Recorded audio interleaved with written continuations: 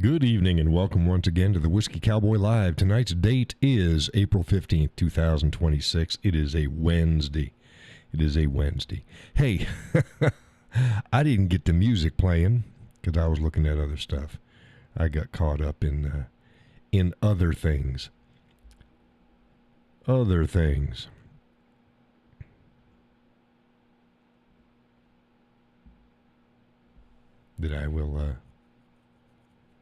I'll let you know about.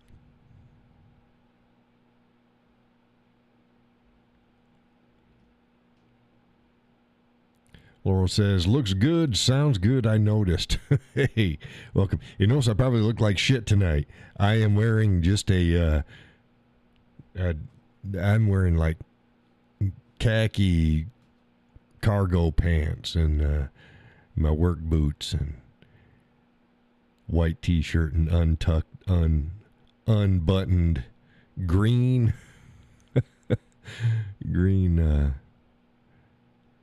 flannel shirt because I was working outside, working in the laser room today, working outside, working in the shop, doing this and that, and I just I'm like, I'm not really feeling that great. This is just the way it is. And the missus is like, well, just go on the show. So here I am. It's about as casual and casual as you've ever seen me on the show. Mrs. found out something else too. Remember, I've been having some gastric problems. Been giving me some real issues for about a couple weeks now. Got really bad. I canceled the show the other day. Last week. I did Sunday's show, but I still wasn't up. I said I was getting better, but wasn't up. And I got good days and bad days. It's better than it was, but this is what the missus found out. It's also a side effect of too much vitamin D. Now, most people it's not an issue, but sometimes, and more so if there's other issues that are at play, oh, my nose itches. Having high doses of vitamin D can screw up your digestive system really bad. So we're going to cut my vitamin D down and see whether that's going to clear it up. Because here recently we started taking some mega dose of vitamin D. And hasn't been bothering her. But it might be bothering me. So we'll give that a try and see whether or not, because it's like, man, I just don't, there's no need for me to be like this. It's like not really eating that much differently than I had before. Laurel says mega is not always better for some people. Nope. So we're going to see whether or not that's the case with me. I've always run pretty clean. Hey, Allie, welcome to the show. Tonight's casual night. No suits and ties. So I know the missus. She's probably going to get me a special. She'll take the megas because it's not a problem, but get me a lower dose and see whether or not this is going to work. Take care of this problem. Don't like getting stabbed in the gut.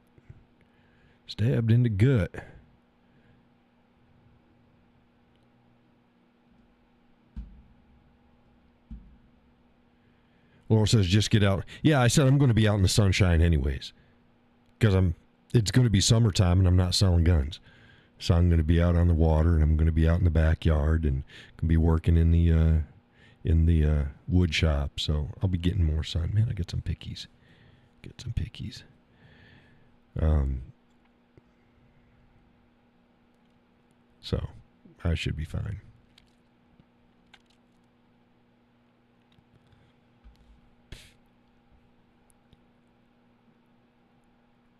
So let's get back to what I was.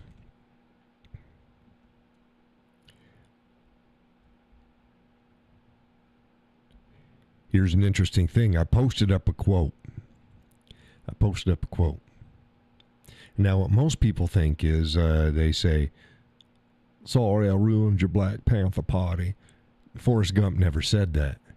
He didn't say that. He said, sorry, I had a fight in the middle of your Black Panther party. That's what he said. That's not what everybody remembers. They remember him apologizing for ruining it. He never said that. So I posted up the real quote. Sorry, I had a fight in the middle of your Black Panther party. You don't believe me? Go find the clip. Yeah, he does not say what everybody remembers. But there's two other very famous things that everybody remembers something and they don't remember it right. One of them is, we're going to need a bigger boat. Now, where's that line from? We're going to need a bigger boat. What movie?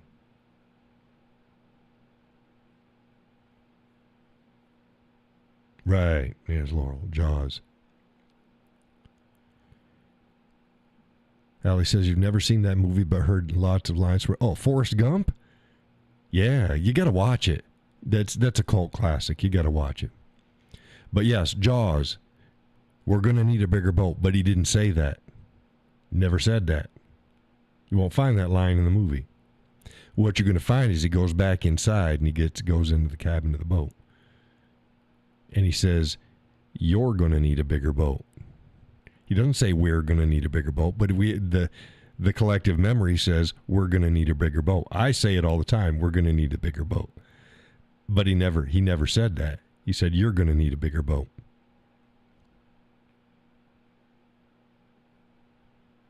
Now the third one, Allie says, I remember that, right. He says, you're going to need a bigger boat.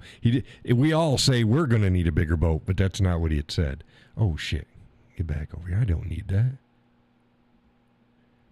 Close out of there. Okay, now the third one, this is a huge one. Everybody remembers it wrong. Everybody remembers it wrong, including the guy who actually said it remembers it wrong. Luke, I am your father. Darth Vader never said that. Luke, I am your father. He didn't say that. What did he say? What did Darth Vader say?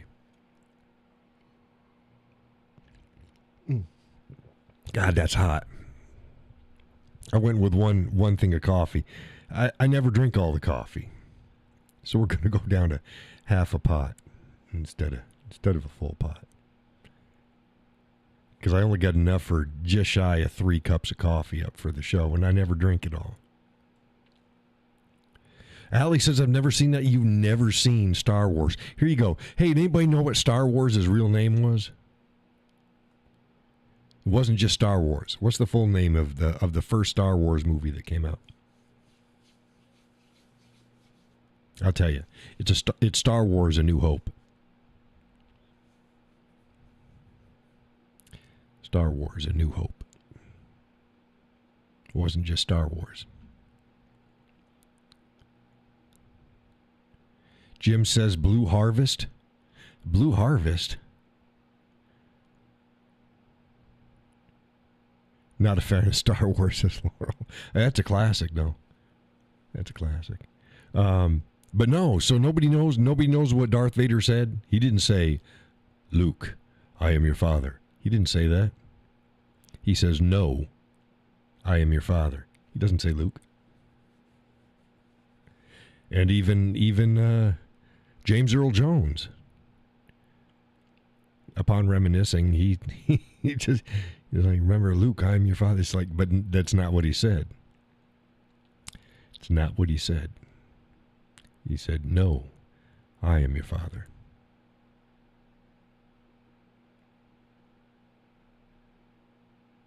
It's amazing the memories that people have. That's why I tell people, because somebody is dead certain they remember something, don't be so sure it actually happened exactly the way it happened, or even happened at all. Or even happened at all. I posted up a picture today of me in my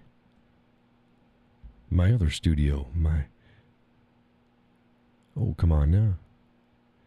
Now she's not pulling up. Let's see if we can do this. Open images, new tab. See if you can just open the image for me. Oh, it's not even going to open up very large. Well, I'll do it like this. There we go. See? There I am right there. That's in the other Whiskey Cowboy studio. It's in the other room. That's now I've got the laser back where this studio was right here. Table in the same spot. Different table. Laser. This was back in January of 21. That shirt right there is the one that I'm wearing in the Pointy Fingers logo. The Stop It one. Same shirt. Same shirt.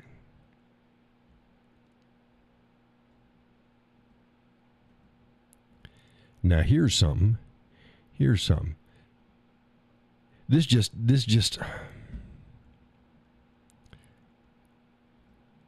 I saw W says I remember that studio.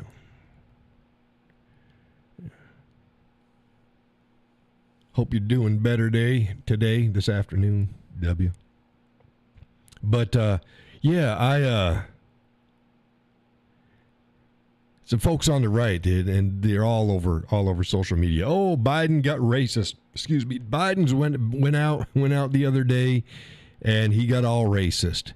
And I'm like, what the hell's here? Oh, because there was a black guy that was there, and he said he looked like Barack Obama. So now they're saying that Joe Biden got racist. Really? You know me. You know me. You know me. I'm honest about shit. Now I'm going to show you the clip. So this is the shit that pisses me off about people. Lack of honesty. Got to make something out of nothing. So here we go. You always want to turn around to one guy and say, Barack, what are you doing?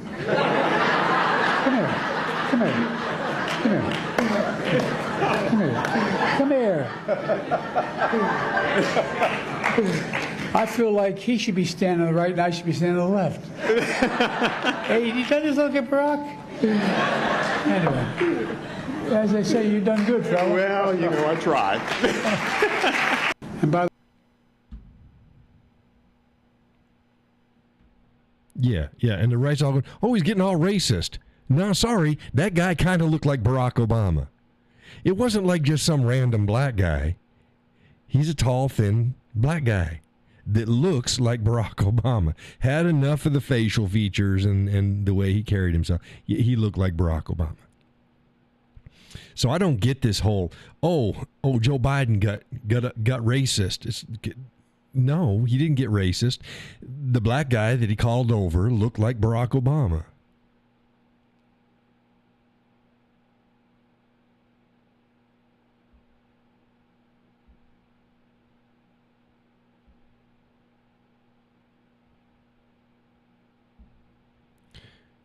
W said about the same. The procedure will take. He's got some blood clots in his leg.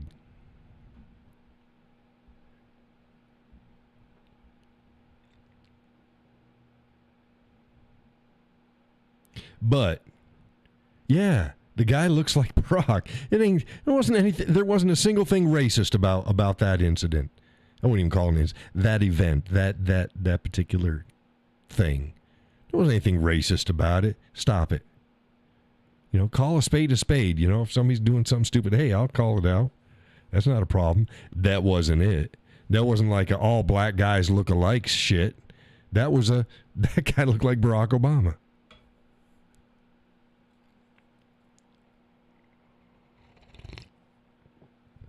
good coffee. Tonight's coffee is butter pecan.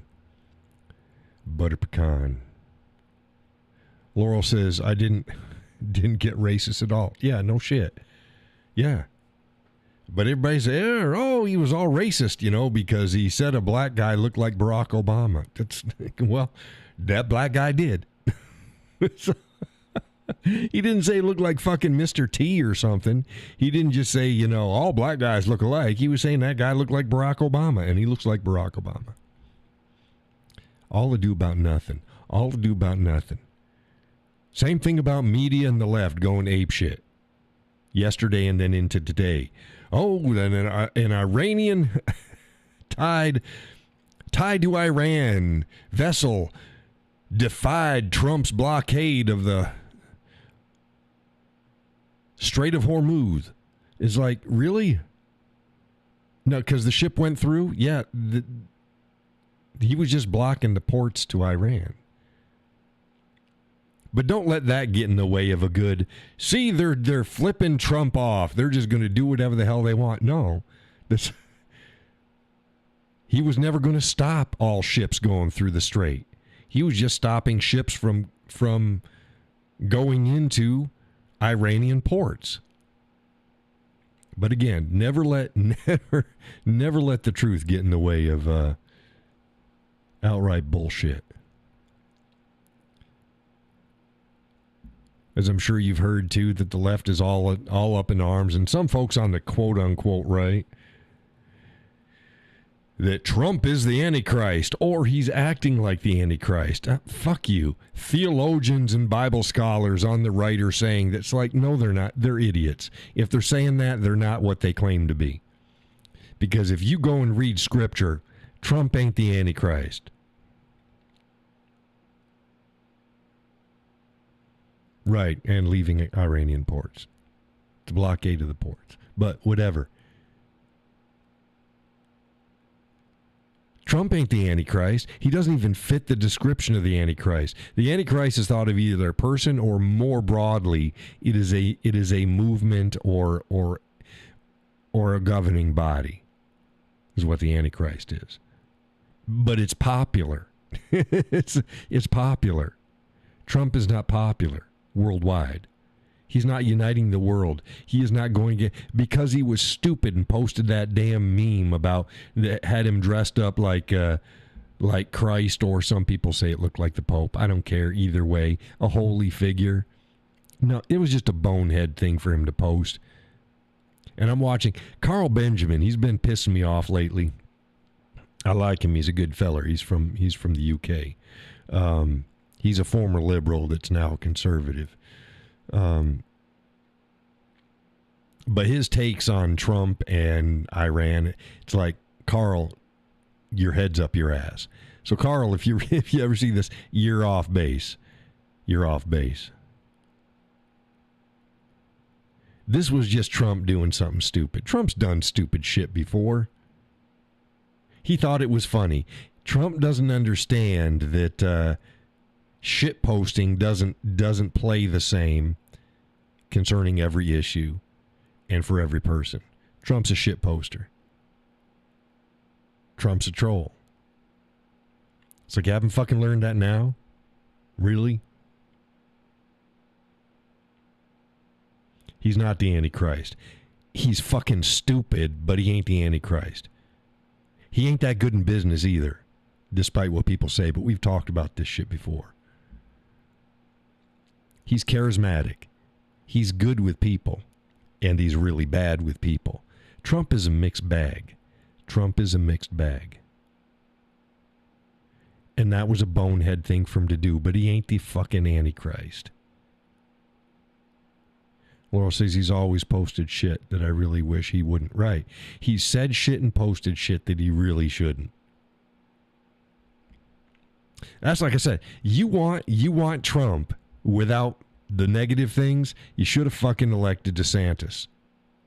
You get Trump, you get all the best things about Trump with none of the negative things about Trump. But what the fuck do I know, right? But yeah, Trump is a lot of things. Antichrist isn't one of them. He doesn't even fit the description. So like I said, anybody posting, pushing that shit, I don't care who they are, what side they're on, they're full of shit. I don't even care if they bust out scripture to try to prove it. You're full of shit. You can only misuse scripture and quote mine it and twist it for your own means to have him come even remotely close to being the Antichrist.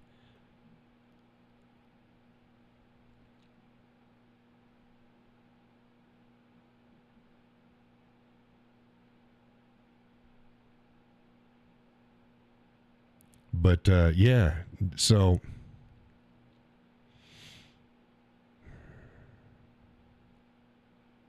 Yeah, I wish, like they did with Barack Obama when they took his BlackBerry.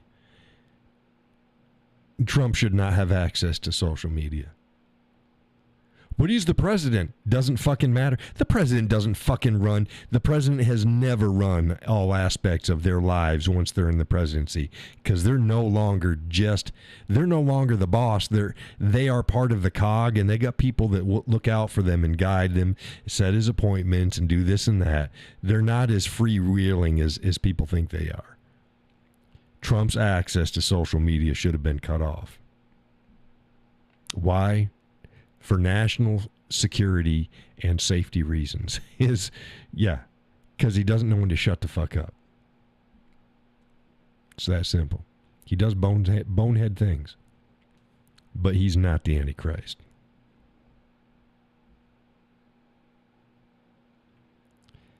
I posted up today, and this is an old post.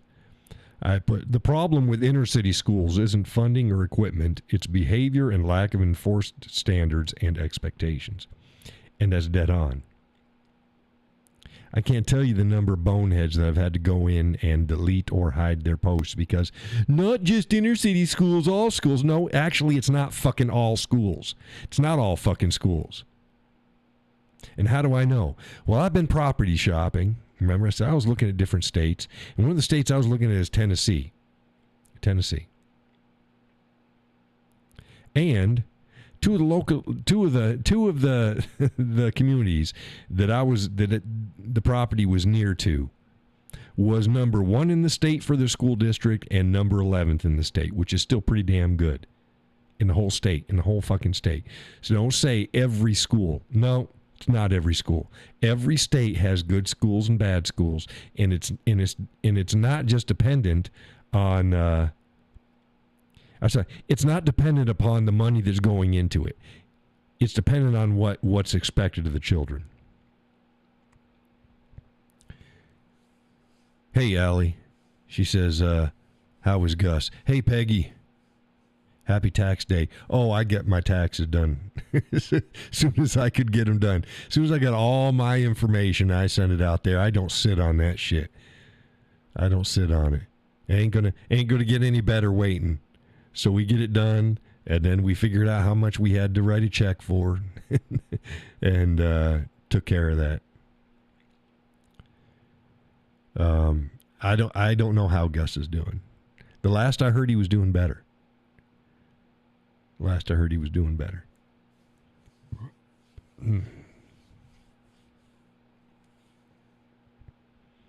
He's getting around. He might be watching. You watching, Gus? But yeah, I got tired of, look, I don't care if it's, let's say it's an all schools issue. I'd written back to one person, and I said, fucking just deleted everything. The difference between inner city schools and, like, let's say, bumfuck Idaho school, that the children aren't getting good education, they're not the ones bitching for more money. It's always the inner city schools that are bitching. Well, they all bitch for more money, but proportionally, you cannot compare schools anywhere else in the country, rural or small towns, with how much money gets siphoned and just dumped into inner city schools. And the schools still look like shit, and the kids still can't fucking learn. It's because it's not about how much money you put into it. It's not about the equipment, because we didn't have computers when I was in school. What the fuck?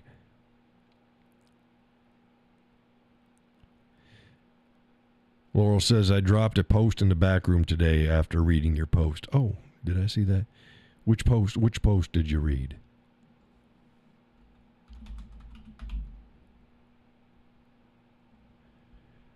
See, I'm not getting notified of shit. Oh, South Africa? I saw that hit my my feed on Facebook. I noticed that before the show started today. Yeah, that South African police officer says, we have a problem with the black man in South Africa. We have a serious problem. He stated that almost all the crime is committed by blacks, and out of 60,000 arrests of 16 to 25-year-olds, 170,000 or 75,000 were black males. Right. Yeah, you think? Yeah.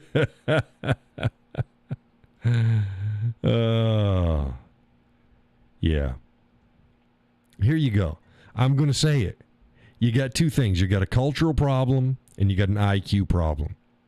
And you got a cultural problem and you have an IQ problem. It doesn't mean there isn't any smart blacks. There is. There are smart blacks. However, if you look at the blacks over their spectrum, they consistently have far lower IQs. The only other ones that match the blacks are Muslims. And in majority Muslim countries. Now, why? Well, because the Muslim countries have inbreeding. Why do you think fucking Somalis got it hit too? They got Muslims and blacks. You ever wonder why Somalis look the way they do? Inbreeding. Now, people can say I'm racist. Fucking Google it. Pick whatever search engine you like and find out about why Somalis look the way they do. It ain't a secret. It ain't a secret. That's why in like Afghanistan and other places that are Muslim, their IQs are substandard. Why? Inbreeding. It's been proven that inbreeding lowers your IQ. You do that, and then you add an environment on top of it. Look, now I'm going to say something. I'm going to lay it right out there. Do you know what the Muslims used to say about blacks? You know what the Muslims said about blacks? Said the only thing that blacks are good for is slavery. That's it. That's what they said. Now, I didn't say that. That's what the Arab Muslims said. They didn't say it about whites. And they had plenty of white slaves. They got white slaves because infidels, they can do whatever the hell they want to. That's why we went in and kicked the Barbary pirates' asses. But the Muslims thought that blacks were one step above a dog. Dogs were dirty, and they were only good for slavery. That's what they said.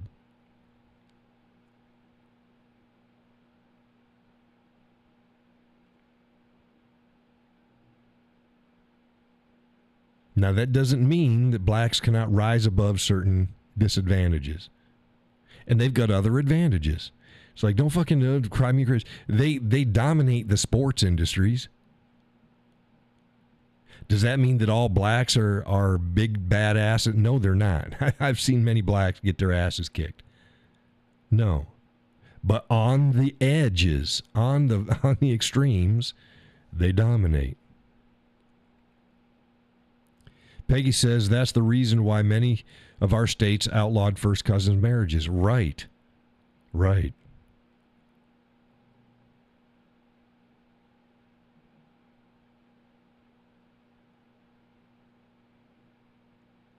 Allie says, I'm laughing because Idaho has been mentioned a lot on TV shows and other influencers, and people who don't normally mention Idaho.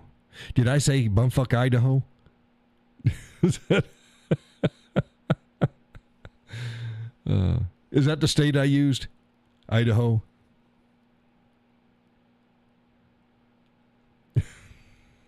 Okay. Yeah. I guess I do. It's got a certain sound to it. Well, you can say bumfuck Missouri. I don't know. Bumfuck Idaho. It just sounds better. I know. Missouri's got enough to worry about anyways. Their name sounds miserable.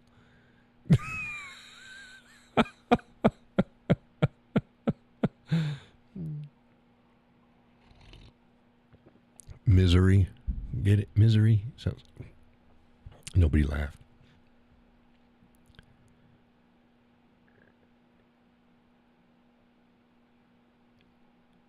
Allie says that her hand is having problems, needs 2 more weeks of light duty at work. If problems persist, they may need for the doctor to figure out something. Tell them to put the better parts in. If you're gonna fuck around in there, put the good shit in. Put the good shit in. Say, I want a Terminator hand.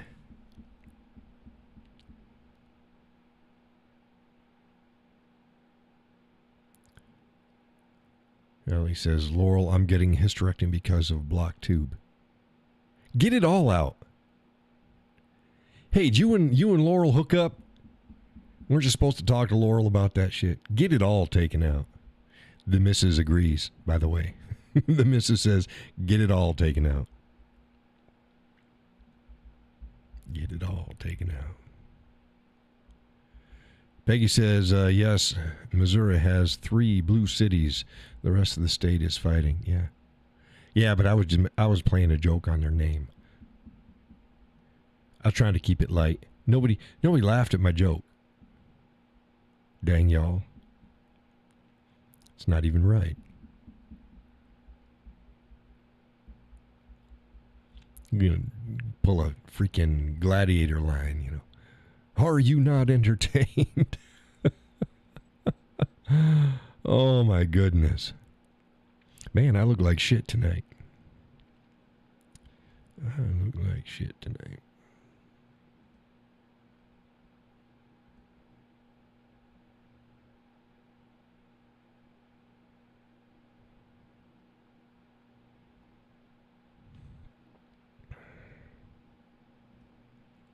Allie says, doctor says in my case, she will remove my left tube and leave the rest for hormone balance. Fuck that. Get a male doctor. Get a second opinion. Jesus, you can deal with the hormonal issues.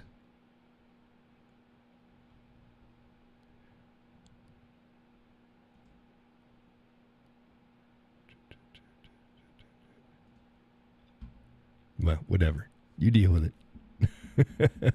You deal with it. Mrs. If it was my missus, she'd be like, nah. Take the shit out. Bill me once. Get it all out instead of fucking having to come in later because there's more problems down the line. If you don't need the shit, for hormonal reasons, yeah.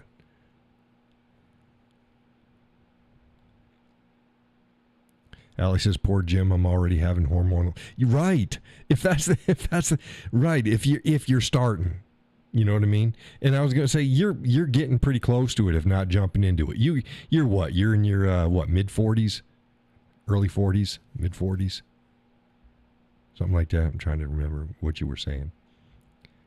And if you're not gonna have any more kids, almost 40. Fuck, take it out. Jesus, 48. Almost 48. Take that shit out. Jesus, what the fuck? God.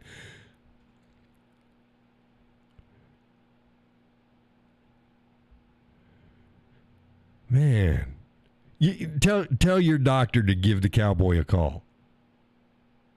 Just give me a call. I'll set her straight.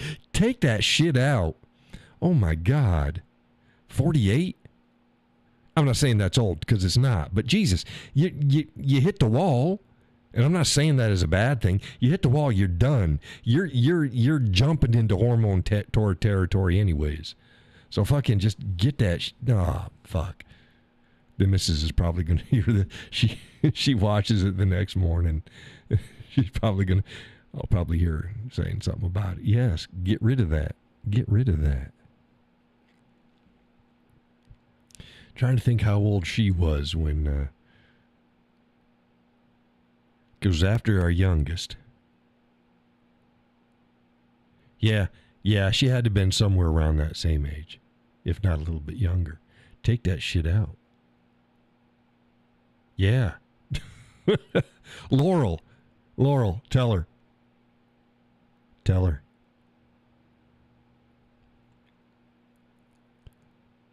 Allie says, you mean get rid of everything for Jim? Yeah. Peggy says, Alicia, please be careful with hormone replacement therapy. I don't think she'll need it. 48? Nah. I don't think she'll need it. I'd say if she's already starting to go through it, and she said she was starting to, I don't think she'd need it. I'll bet you she'll be fine.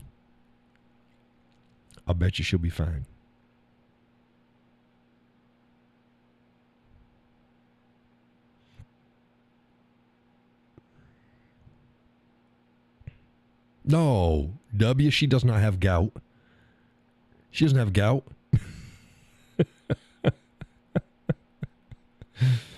Allie's going, no, not in something else. I got diabetes, I got gout. I got a blocked fallopian tube. I got carpal tunnel syndrome in my hand. They're giving me the black market Russian knockoff parts. Oh my God! They're going to be fighting with Gus for how many foreign parts they're going to be putting in and where they're pulling the parts in from. My goodness, she got gout too. She got gangrene.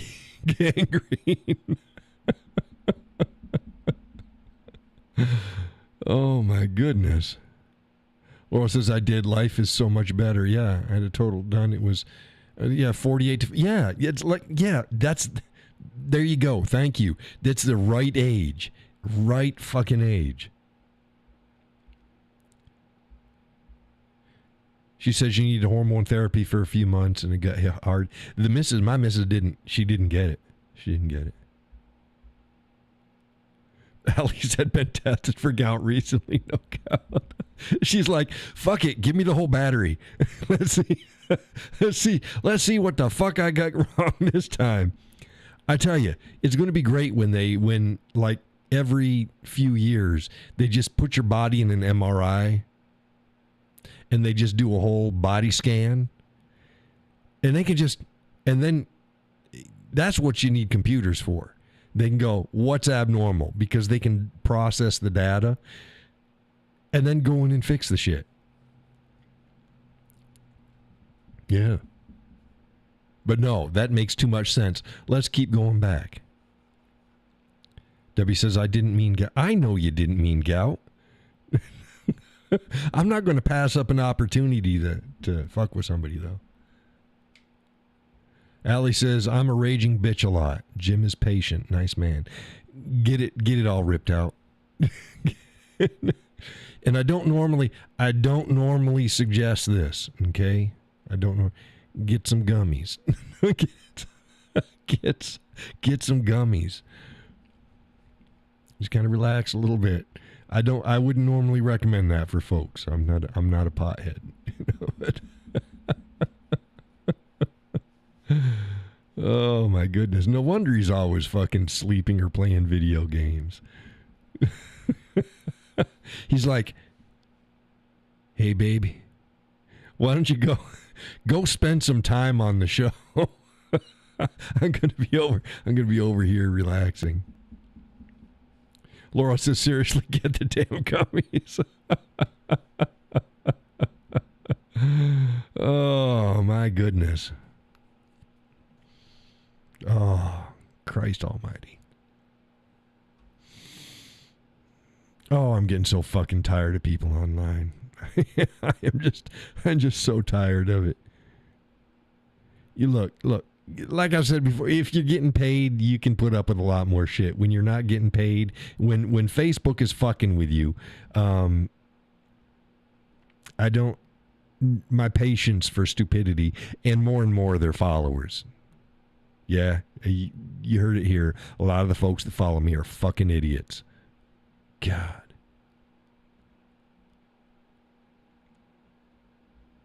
I do well not to not to let them have it. Oh.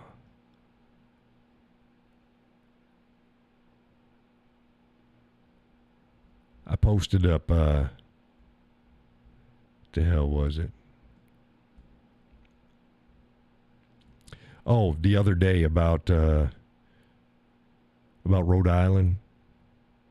Let me read the interaction with this jackwagon. God, this is so fucking.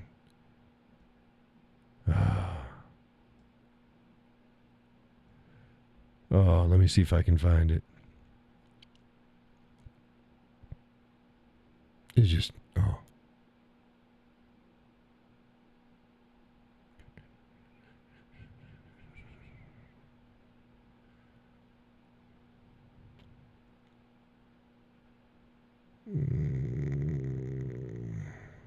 Trying to find it. I'll be there in a minute.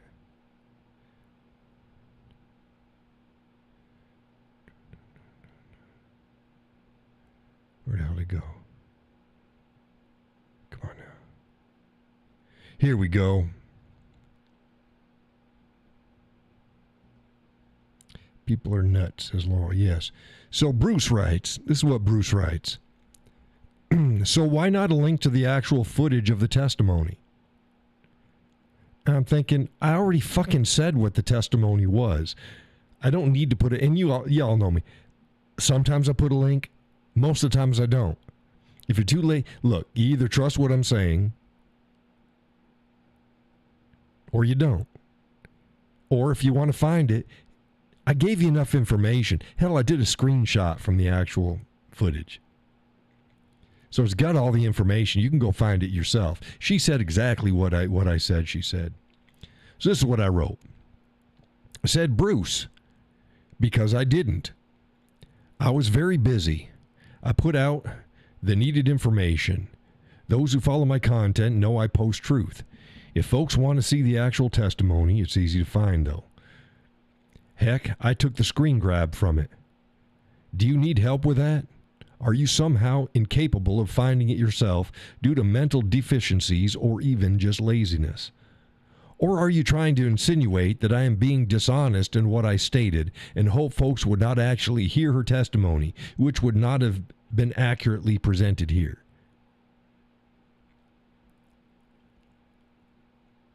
He writes, wow, I've got more important things to do than to chase stories posted by someone I've never heard of before.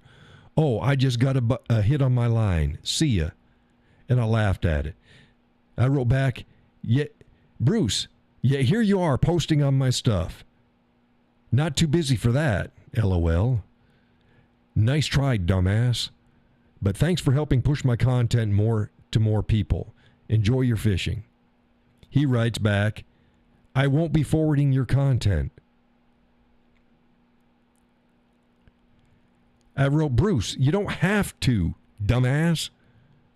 By simply interacting with it, you help push it. But I thought you have more important things to do. All this time, you could have Googled the damn footage. So you just proved your intent, to show the world what a dumbass you are. Well, bravo. You did well. Now go enjoy your fishing. Like, what a fucking dumbass.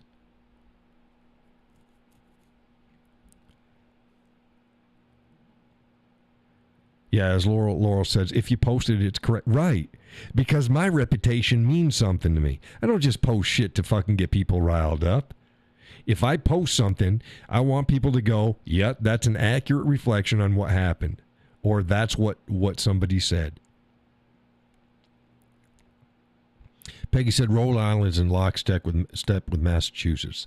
They argue with every red state reasoning. Yeah, they're headed. Rhode Island's heading for trouble. Virginia's headed for trouble. Massachusetts, they're sheep. Ain't nobody gonna do shit in Massachusetts, and that's a shame. But they're sheep.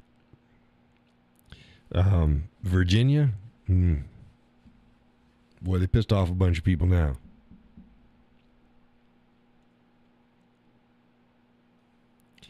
Debbie says they are idiots. They are. The world's full of idiots. I don't have a lot of patience for idiots. I don't. Never have.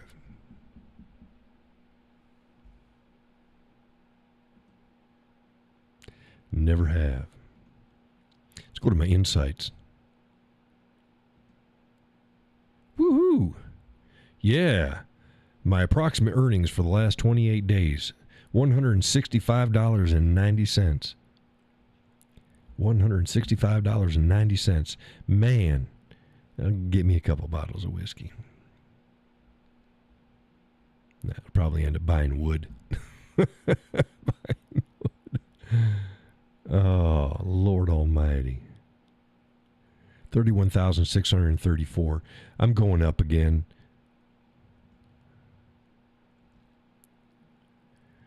Laurel says they are ripping you off. Yeah, just a little bit, you think? Just a little bit. So, yeah, I got no patience for idiots. I ain't making enough on... Look, I was starting to get to the point where it's like, hey, I'm starting to actually make... Not as much as a 40-hour-a-week job, but doing good. Doing good. For one fucking month. and then they slammed me. And they killed my account. Killed it. I was at over 20 million fucking views. Where am I now? Views. Yeah. I was over 20 million views. Right now, in the last rolling 28, 1,837,533. I was over 20 fucking million. Yeah.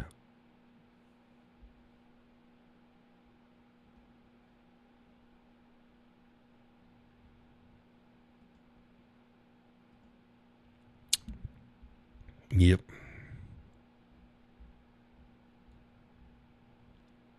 So, hey, I got, that stack, that stack that I showed you the other day in the video, the 92 coasters. I don't know how many sets that is. You'd have to divide it by 4. There's a lot that I had hand sanded the other day.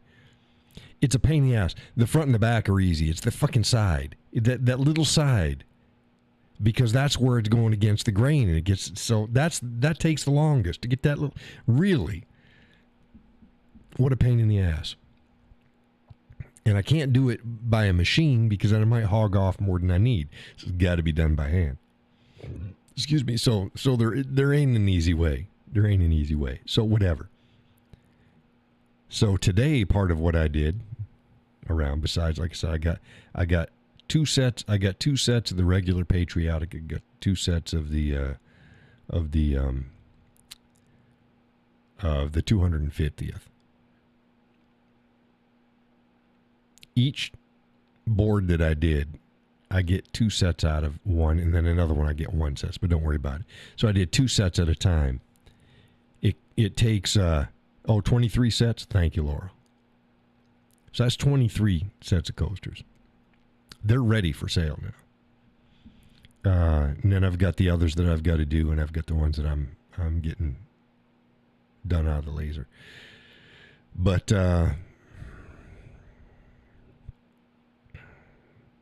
yeah, today I hand oiled and wax them. It's oil and wax together, and I put it on. So you put it on the front, you rub it in, and you rub it all down the sides and just a little bit on the back for all those 23 sets.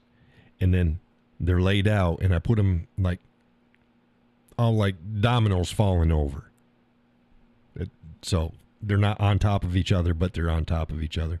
And then they're stacked like that on top of it because it takes up a lot of space. And then you let that sit. So once the last one was done, the first one could have been buffed out. But I'm like, okay, I'm just going to let them all sit. And then it's got to be at least 20 minutes. So I let it sit for, I think, at least a half an hour. So I went back out there, and then I had to hand buff every last motherfucker out there. Then, and that takes a pretty good amount of time. Then I bring them inside, and I sit down on the dining room table, and I got my cork bases. And the cork bases it's a thin slice of cork, and it's got the sticker already. It's glued, so then you have to peel the back off. So then you got it. Yeah, I mean, I finally got it where it's okay. I get it fairly quick, but until you get it down, it takes a while to get that edge of that damn back paper off. So then you have to take them out, and then you have to line them up and get them. They're not all perfect. They're good enough. And you put them on, and you rub them in, then you set it aside. Oh my God, that took. Imagine putting that cork backs on 92 freaking coasters. You can't do it fast. I mean, I didn't do it slow. The same way as I don't buff them slow and I don't sand them slow. But you can't do them fast. There's no way. This is just shit that takes time. So they're all stacked up. I got this wall. I got a wall on part of my table. It's like a horseshoe wall. And they're stacked, staggered, like you do bricks. So I got all my coasters there. They are rich looking. If the light doesn't hit them right, a lot of them look almost black, the walnut. So, I mean, that's fine. Wish there was better contrast. The only way there's going to be better contrast is if I do inlays on it, and I'm not doing inlays. There's so much time done in those things anyways. There is no way I'm going to add another step. I'm trying to get them out as cheap as possible. I can't do them under $30. I just can't. I wanted to start at $20. It's like no, that math ain't fucking mathing. There's too many steps involved. There's too many things involved. Hell, again, the wax and oil, that costs money too. Everything costs money. And then again, you've got your time. I'll never get my time back. I was like, holy crap. If people only knew. It's like if anybody gets it, goes, oh, I paid that much for this. Like, okay, you go out and you buy a laser that's capable of this shit.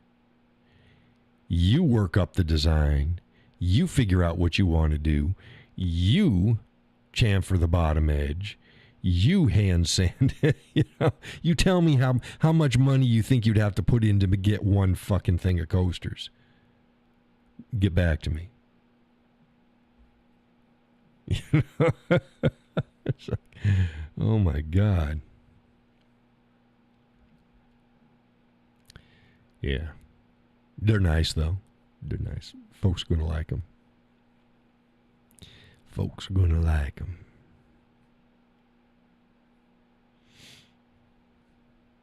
Yep.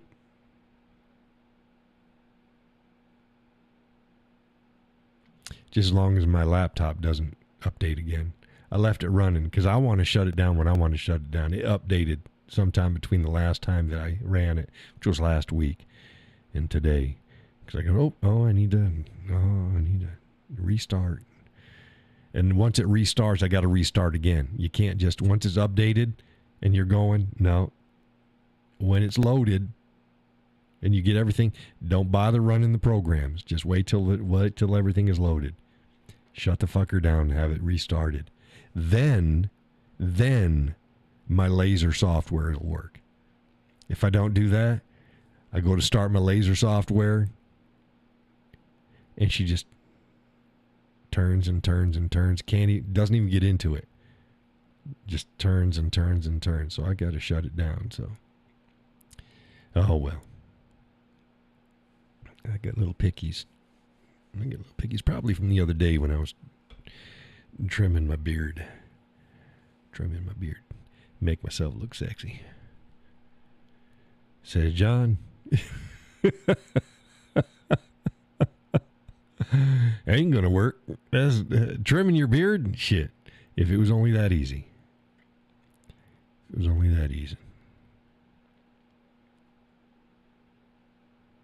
Laurel.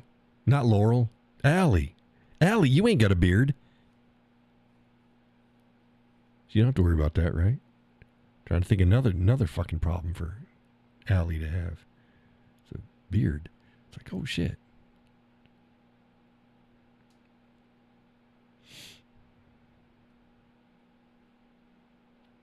Allie says, how do you know?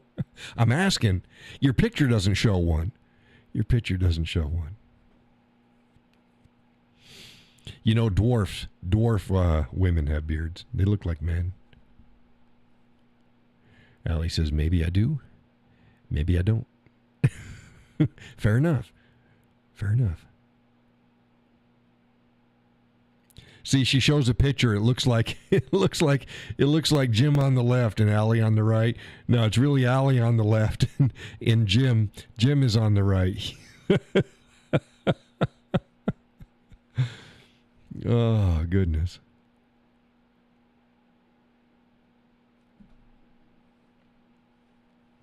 Maybe my profile picture is that. It could be.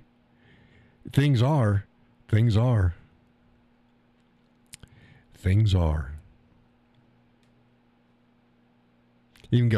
wear a filter. Allie says you're correct. Oh. But yeah, they got camera filters, and it just, as long as you don't move your head too fast, you can look like anything. Laurel says no beard, just the occasional gray that appears out of nowhere. Yeah. Oh, I got a hair right.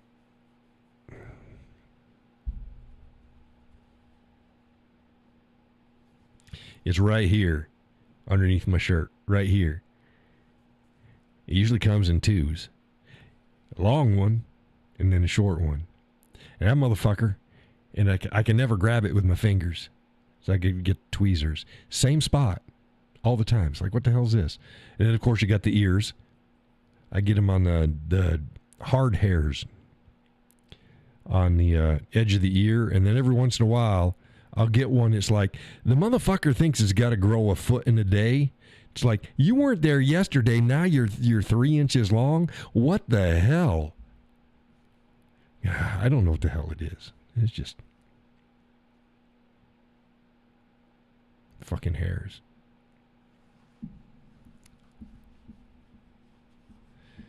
Allie says I have a woman's mustache trimmer. Okay.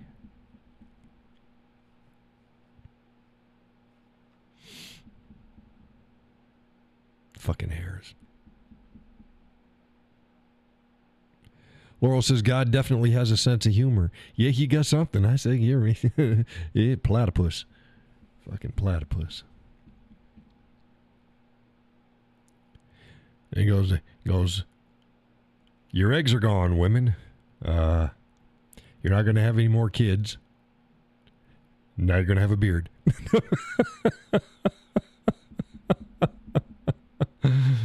There you go. Have a beard. Stay warm. You don't need to be attractive for them men anymore because you're not going to be given any children. So there you go. And they do the opposite for, well, we still grow hair, but men's testosterone will drop. I also trim my eyebrows and chin and sometimes my bikini area. Okay. Yeah, me too. Eyebrows. My God, sometimes they go. Jesus. You wake up one morning and you're like, what the hell?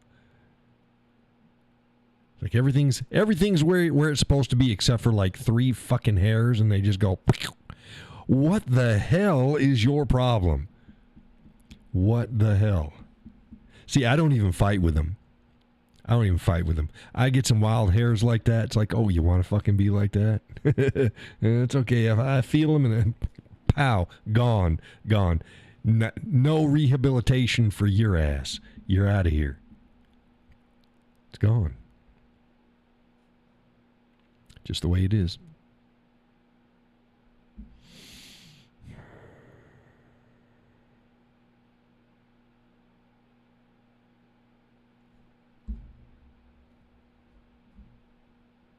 Hair on my chest. I don't have a lot.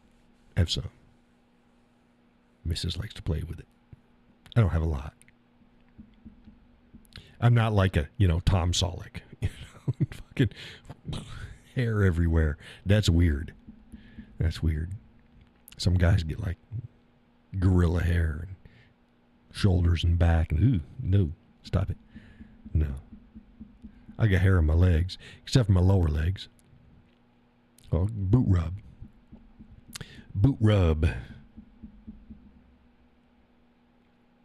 Allie says, I don't have hair on my chest yet. Allie's getting very personal with us tonight. We're finding out a lot about Miss Allie. Jim.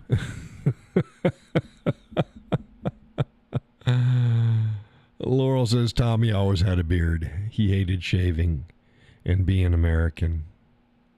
Armenian, not American. Armenian. He had to shave twice a day. Yeah. Bet you had thick hair, too. Thick hair.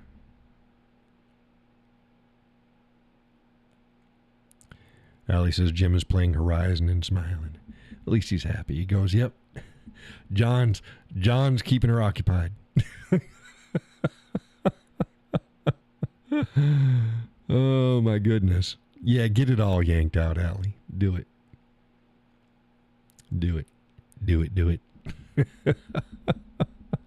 Goodness gracious. My Lord.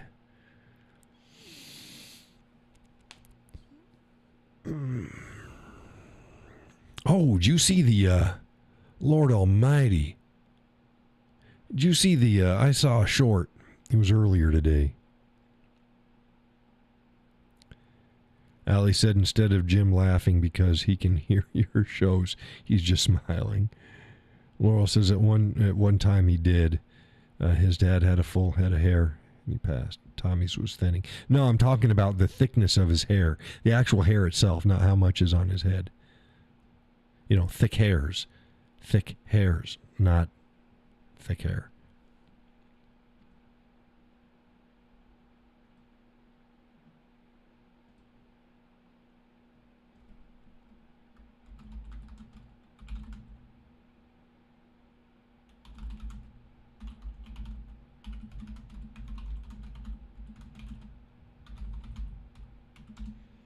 See if I can find that video.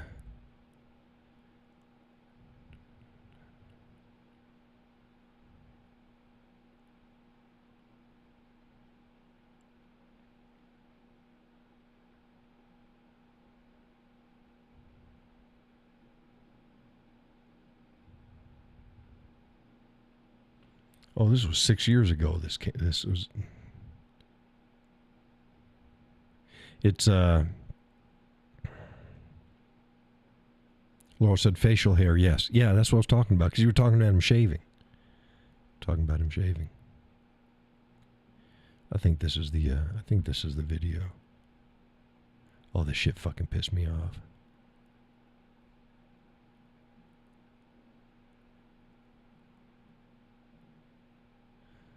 Okay, let's go to...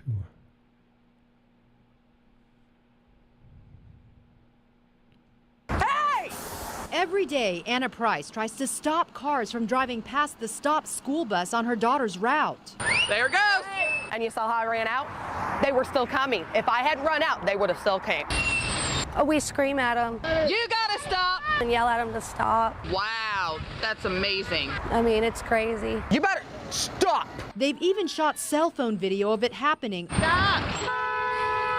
over and over and over again. Seriously?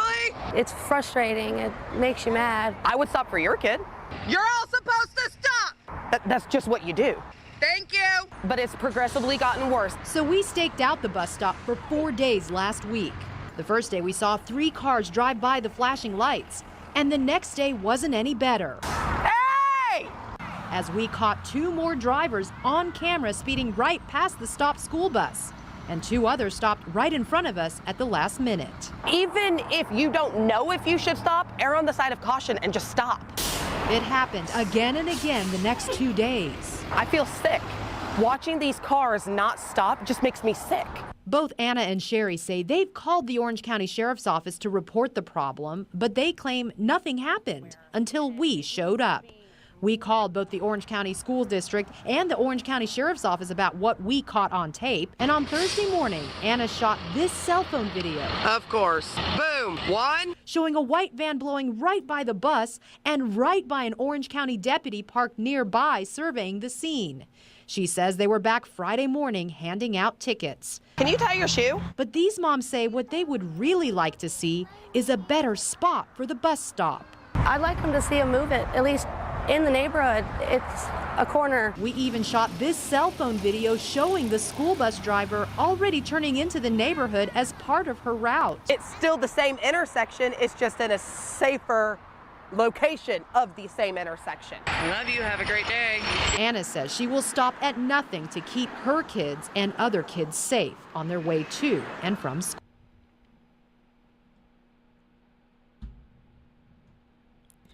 Yeah, in another video that I saw, they showed, and the kids were almost getting hit. Now, this is unacceptable. But one thing that I pointed out to the missus is a lot of places around the world, they don't have to stop for school buses. They're just like any other bus. Where, do you stop for city bus when they're loading and unloading? No. Do you stop for Greyhound? No. You don't stop for any buses except for school buses. Here in the States, it's a rather unique thing compared to the rest of the world. We're getting in a lot more people from the rest of the world. And there's definitely not strong enough penalties for running past it. And it's not even like when we were kids, they had the stop thing that came out, but they didn't have the flashers on the stop sign that came out, and they didn't have that little bar thing that's supposed to keep the kids from crossing the road. And look, there's no, if the lights are red, you stop. If the lights are yellow, fucking stop. You know what I mean? Unless they go yellow and you're damn near on top of them, then keep going. But if you're 3-4 car lengths from it and they go yellow, fucking stop. I agree with the parents that they could put the bus stop at a safer place. That'd make a hell of a lot more sense. More so if they're already going up into the neighborhood anyways. If they weren't going up in the neighborhood, I'd say it might reduce the amount of time or increase the amount of time needed for the bus run. And I understand about time. But if they're already going up that street anyways, have everybody meet up the street. Or how about this? Don't give the fucking bus company and the school a choice in saying, we're moving the bus stop. And it's here. Because that's where it's going to be safer for our kids, and you're already driving up the street. Don't let them decide.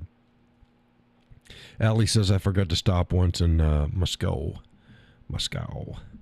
I got pulled over immediately. I apologized to the officer, admitted I forgot for a moment, and realized my error almost immediately. Never did it again. No ticket. Well, you got lucky.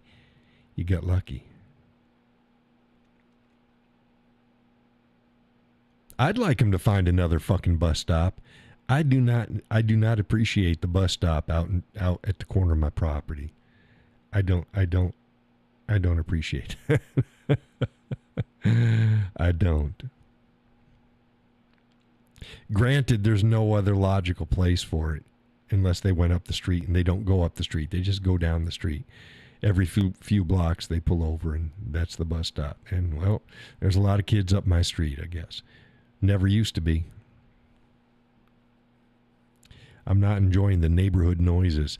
You know, when all the kids were too young to go out running around and they were all in their backyards and not next to mine, I didn't hear much of anything, and that's fine. And now suddenly it's like, where the fuck did all these kids come from? It's not that they just suddenly grew up now, because some of them they're older.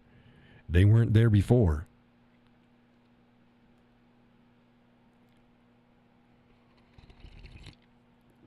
I'm trying to think, is this the first year with the new school? I thought last year was the first year. Well, it might be the first year for the new school, so that might be why. Fuckers. I hate to be the crotchety old man. I'm so good at it, but I hate being... Allie says it's amazing when you're respectful, polite, and yeah. I try to tell people all the time. Look, the officer doesn't get paid by ticket. Contrary to popular belief, they don't pocket the money. Some police departments, they're given a quota, but I've never worked where there was a quota, and I don't know how they would enforce it anyways. Like here in New Hampshire, the state police let off more than they ticket. Year after year, the stats are in. They let off more than they ticket. Just don't be an asshole. When we see, especially around our area, when we see cops pull somebody over, we always say the same thing. They had to have been doing something fucking stupid. My lips to God. Because I don't obey the speed limit. I tend to be about 5 miles an hour over the speed limit. Hey, if I'm doing over the speed limit and you're riding my ass, we're going to have some problems. Because I don't drive slow unless I'm on my Sunday morning drive. But then what I do, unlike what a lot of other people do, if I see a couple cars behind me, even one car coming behind me for any length of time, and I'm doing the speed limit or even slightly below, I'll pull over. I'll find the easiest place to pull over, and I'll pull over and I'll let whoever it is pass me, and then I'll get back out on the road and do my drive. It's the polite thing to do, even if I'm doing the speed limit. I know people want to go a little bit over. That's fine. I don't have a problem like that. If I got 3-4 cars backed up, I'll just pull on over. There you go. I don't like people behind me anyways, because what happens if I'm going and I see a nice farm or I see a horse or I do, and I want to slow down and take a look at it? You know, the cowboy's going to gander. Well, if I got people on my ass already, well, I can't be doing that. So I just make sure I ditch the train behind me, let them go. They're happy, I'm happy. And off we go. Off we go. But yeah, I've got pulled over for speeding. Yeah. I told you folks about that. Happens now and again. I don't get a ticket. I'm not an asshole. I'm a nice guy. I'm very amicable. Unless I'm not. Like I said, I'm good at it. I'm good at being friendly, and I'm really good at not being friendly. The missus is even. She doesn't like people. She likes people. She just doesn't like people. She's cute. Oh, God. And when we're out in public, I'm like, one of these days you're going to make me have to shoot somebody. Because she doesn't have a poker face. She does. If you're doing something stupid or you're an idiot, She doesn't have to say a word. She just gives you that fucking look. I said, one of these days I'm going to have to shoot somebody.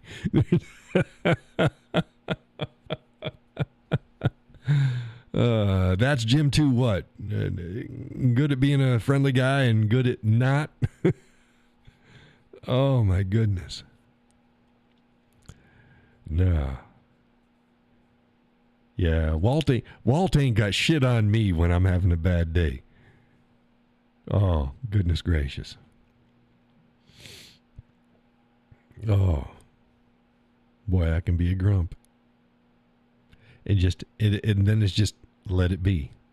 Let it be. Oh, Allie says no poker face with people. Oh, okay. Laurel says if I don't say it in my face, well, yeah. Yeah, the missus is really bad. Now I can make my face be whatever I want it to do. You got to look at my eyes. Don't look at the rest. Look at my eyes. It'll tell you whether I'm smiling or whether I'm pissed. Look at my eyes. Because unless I'm like smiling heavy, I look pissed anyways.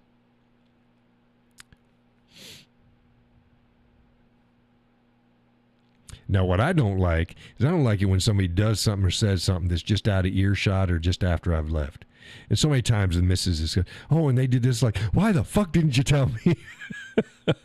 Don't take this away from me. Don't take this away from me. If someone's being a jackwagon, they either give you a hard time or they give me somebody gave me a look, and it was a not so good look back a while ago at the grocery store because I open carry. And they gave me a sour face. And I didn't know. They didn't say anything to me. I'm a friendly guy. Everybody in the store knows me. They like me. That's not a fucking problem. It was down in Hannaford and Concord. Everybody knows me. I'm a nice guy. I'm the guy that, hey, Cowboy, hey, we got a sale of meat in. Yeah, okay, what you got? Yeah, they know me. And the guy will come in and say, yeah, I want that. Hey, you got any of this? But I want a good 3-inch. 3-inch cut. Okay. In about half an hour? Okay, that's fine. I'll be back. But yeah, somebody gave me the evil eye, and it's like, no, I'd have been good and friendly with him.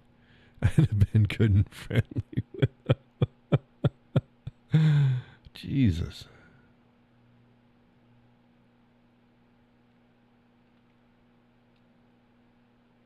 I mean, come on. I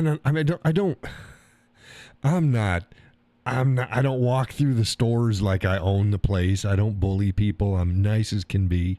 It's not like I'm brandishing and going around, threatening people. No, I got a gun on my hip. It's just the way it is. And if you can't see it because I've got a jacket, trust me, I got a gun someplace. Don't. But like I told you guys, look, if we can touch each other or touch each other rather quickly, it ain't the gun you got to worry about. You're probably going to get cut. You're going to get cut. Because the gun is the last resort. It's not my first resort. Allie says, I used to get slightly nervous at grocery stores when I saw people open carrying, but not anymore. Yeah, it's like when you don't have to worry about the people open carrying. Look at people's actions, not whether they got a gun. I always look to see. I don't mind open carrying. Do it responsibly, and get yourself a good holster. You don't have to have an expensive holster, but you got to get yourself a good holster. It got to have retention. It's not going to be floppy. It's not going to be. I hate seeing people there. They spend money on a gun and then they don't want to spend money on a holster. I mean, you don't have to spend a lot. $60, $60, $80.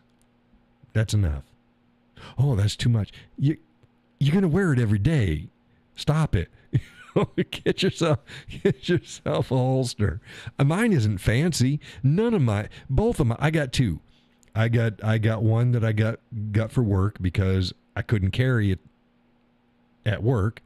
Stupid, I know. So I was tired of of having to unbuckle my belt and move my. So I got a holster that I could slide over the belt instead of on the belt. But my regular daily is just a Tagawa Arms freaking thumb brake holster. I'll bet you I have a picture here. Let's see. Tagawa gun leather.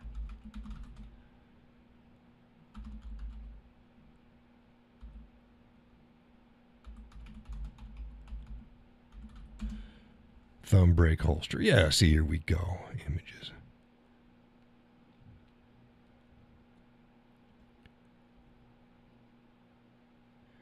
Laurel says you couldn't carry while selling guns? No, I couldn't. And technically, I couldn't even have a knife on me, but I did. Most of the guys did. All the guys did. Yeah, we had to leave our guns in the trucks. Fucking crazy.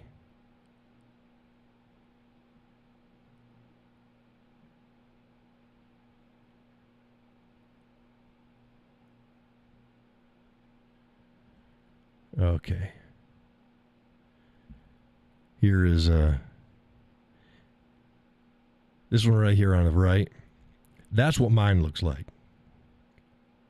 It's just a leather holster. This right here, this top strap that's sticking up, that goes over the top of the gun. It's got a thumb brake. It's got a snap on it. So that's how it's retentioned into the holster. It's got that snap. And that's my daily rig. Same color. That's what I wear. That's what I get. No, I don't have it on right now. Well, I guess what I got right here. It's like, no, it ain't on. It ain't on because I don't even have my wallet in. You caught me. You caught me without a gun. Laura says, that's so freaking stupid. Every gun store here in Kentucky, including Cabela's, the salespeople are open carrying. I can guarantee you Cabela's is fucking not. You might want to check that again. Cabela's is owned by Bass Pro. Cabela's and Bass Pro do not allow carrying of firearms at all by their staff.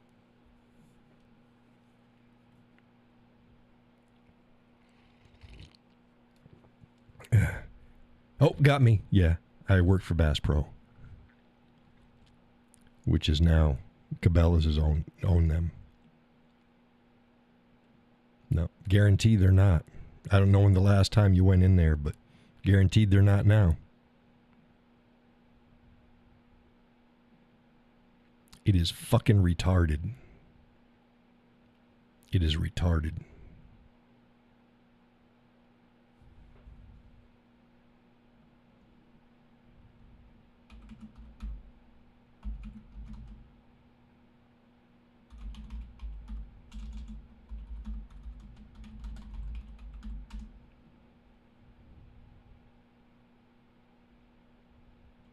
Says it's been a while since I've been in a gun area. Yeah. Guarantee they're not.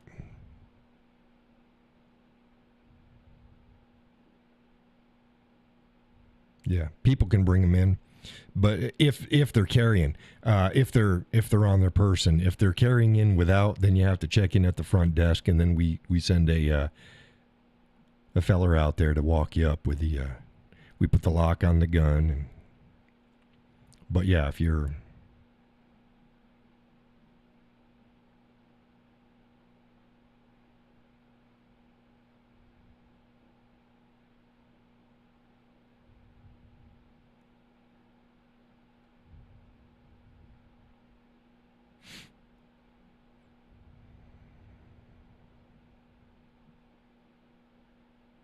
yeah, they can't wait. They can't carry them.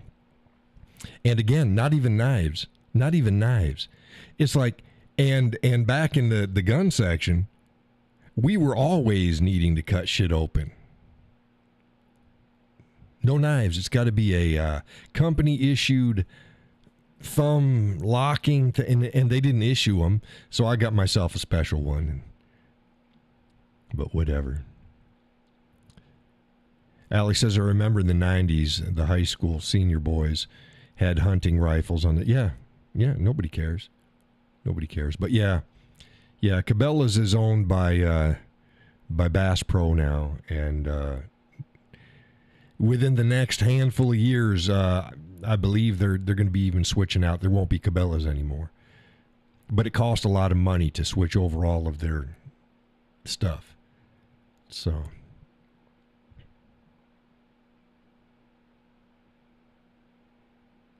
Don't get me started on Bass Pro's employee policies.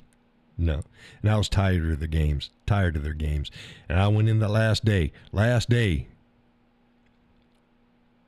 after something else had happened, going, hey, John, you're the only one working. Well, you need 3 fucking people to do the sale. So I'd have to pull 2 other managers.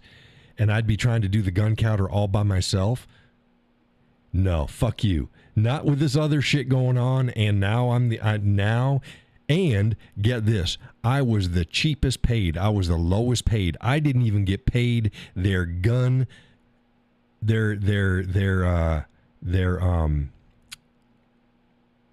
firearms outfitter base pay. I didn't even get that. Why? Well, because I didn't have retail experience. So they had to offer me lower than that because I didn't have retail experience. Are you fucking kidding me? Ain't no fucking way. So I'm like, okay, whatever. I'll do it. So I was the lowest man on the totem pole. First man into work every day. There every day. Hurt, sick, didn't matter. There every day. Made sure everybody else got their meals. That's, whatever needed to be done, I did it. Great with the customers. And I was making less than anybody else that was working there at the gun counter. Then get this. Comes my 90-day review, where they then were supposed to give me a review and then maybe bump up my pay to at least the base. Didn't get it. Why? Because Bass Pro changed their fucking policies where they only gave reviews once a year. And guess what? 2 weeks before my 90 days was their yearly, everybody gets their review. So I didn't get a review. So I'd have been there for a year and 3 months before I could even think about getting a pay raise. And I've been doing the work and doing the shit of a lead the whole damn time, getting less than entry pay. Fuck you. So I started the shift going, nah, I'll give them my 2 weeks. Or like I'd asked them, how long do I have to let you know? And HR said 2 weeks. I said, okay, to the gal. I said, consider this my 2 weeks. And then I went back out. And and then when I went back out, that's when I found out that I'd be working alone. And I talking to a bunch of other employees, and they're like, yeah, that's bullshit, John. I said, I got a half a mind to just turn in my badge and tell them to have a nice day. And everybody, to a person, said, I'd do it. There was promotions involved, and I got passed over twice by it. And I was told not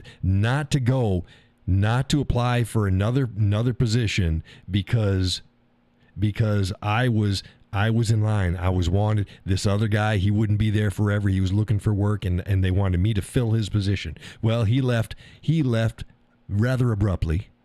So the position was open, and I applied for it, went through the process again, and they turned me down. And they turned me down. I got my email that morning before I went into work. It's like, oh, fuck no. I was told not to even apply for another position before that because they wanted me for this one, and then they turned me down. They were doing a whole restructuring. I'm like, oh, fuck no. Ain't no fucking way. So I called the missus and I told her what the hell the deal was. And she's like, yeah, do it. I said, I think we're fine financially. We're good. She's like, yeah, do it.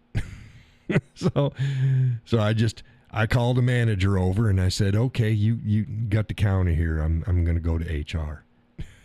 And he knew what was up. And I went into HR and I said, I'm done. I got to turn my badge in. Who do I, I got to let you guys know. Allie says, you are a veteran, former Leo, and they treated you like shit. Corporate sucks bad. I'm leaving my job for 10 years. Yeah. Yes. They expected the world, and I was great with customers. And here's another thing. I was on the line anyways because if another employee fucks up, you can be on the hook for it. Boy, we were pissed when all that shit came down.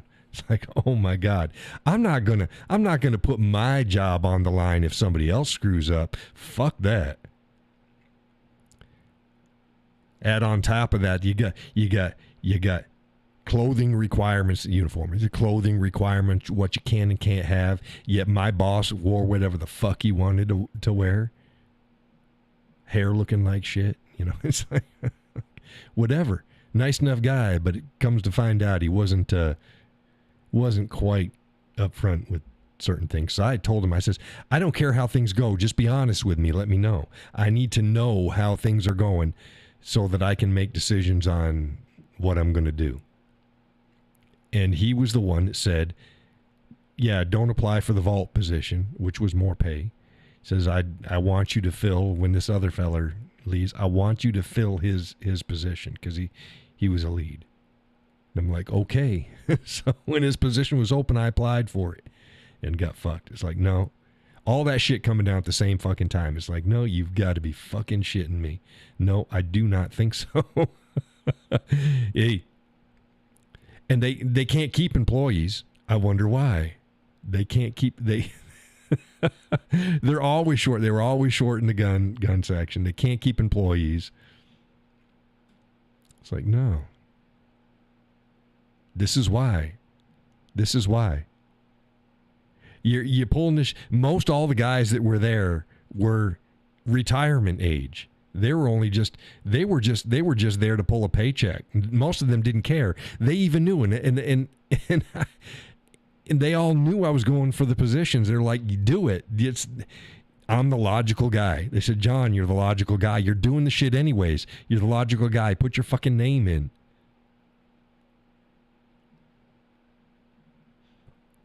Okay. Done deal. And then to get turned down twice and getting paid low end on the totem pole.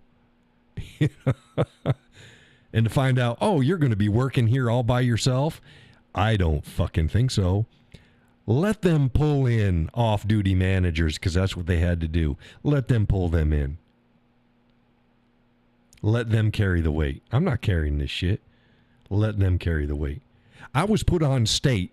Before I was done, before I had even reached my probation period. Okay? State is you're allowed to run, you got two things. You got to the federal system and you got the state system. They're two separate systems. So if you're doing long guns, it's going federal. If you're doing others and handguns, it's going to state. Now, every state isn't like that. New Hampshire's like that. Not everybody, and in fact, very few of the guys were put on state. There was guys that had been working there longer than I had. Quite a bit longer. They weren't on state. The manager for the firearms section, who said he wanted me to take over and then I got fucked, he put me on state before my probation period was up. And not 2 days after he put me on state, it came in handy because, again, we were short and our machines out front weren't working. So everything had to be run in the vault. So I was running everything, both federal in the vault as well as running into the state. And I was the only guy that was running state that evening. And that was not unusual after that point. So they knew what the fuck they were doing. You don't get some new guy in and then put him on state when you've got a stack of guys that have been there forever. They didn't want the fucking job. They were just pulling a paycheck. The least that they could do was fine by them. Oh, but John will take care of it. So yeah, I'd had enough of that game. I'm not going to be your bitch. I'm not going to. I believe in doing above your pay grade to show that you can do the job. But I'm not going to do it and then keep getting passed over. Not happening. Oh, you're going to hire somebody else to fill this job from someplace else when you've got me right here and the guys, and like I told him, I said, the guys already know me. I know the system. We're fine. I understand personalities. I know how to get shit done. I'm the logical guy for the choice.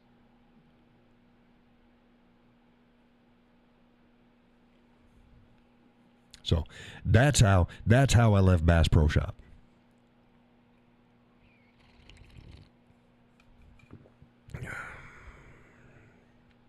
Because I'd had enough. I don't play them games. Too old to play them games. No. I'm not some fucking 22-year-old kid. This is my first job, my first rodeo. Thank you for the opportunity. Oh, and I'm in the HR. HR. And the store manager comes in because they had me standing there waiting for him. It's like, why does I have to fucking see him? So store manager comes in and he looks at me and he just like a deer in the headlights. And I'm like, yeah, this isn't working out. I said, thank you for the opportunity, but this ain't working out. He didn't ask me why. He didn't ask if there was something that could be done. There's only one other job that I ever quit like that. And that was down in Oklahoma. That was Schlegel's. I told you about Schlegel's. And I quit that job. I only took the job so that somebody else, because we were looking for jobs together. And I did good. I went from material handler on up to I was a lead takeoff of the Ballantini beds. So 2 different parts of the plant. They were laying people off because folks up north went on strike, the auto place, and they're like, "Look, we got to lay people off. I know you've only worked here a short amount of time, but we'd like to know if you'd like to come work over in extrusion." And it was a big jump. I started there as a material handler. That's the bottom. And that was after I got out of the service. And I moved on over and I said, I ain't no, I worked there. I was good at it. And I thought, I'm going to be here. I'm going to be like 60 years old. And I'm still working at Schlegel's. What kind of a fucking that's I'm more important than that. I said if I don't stop this, then yeah.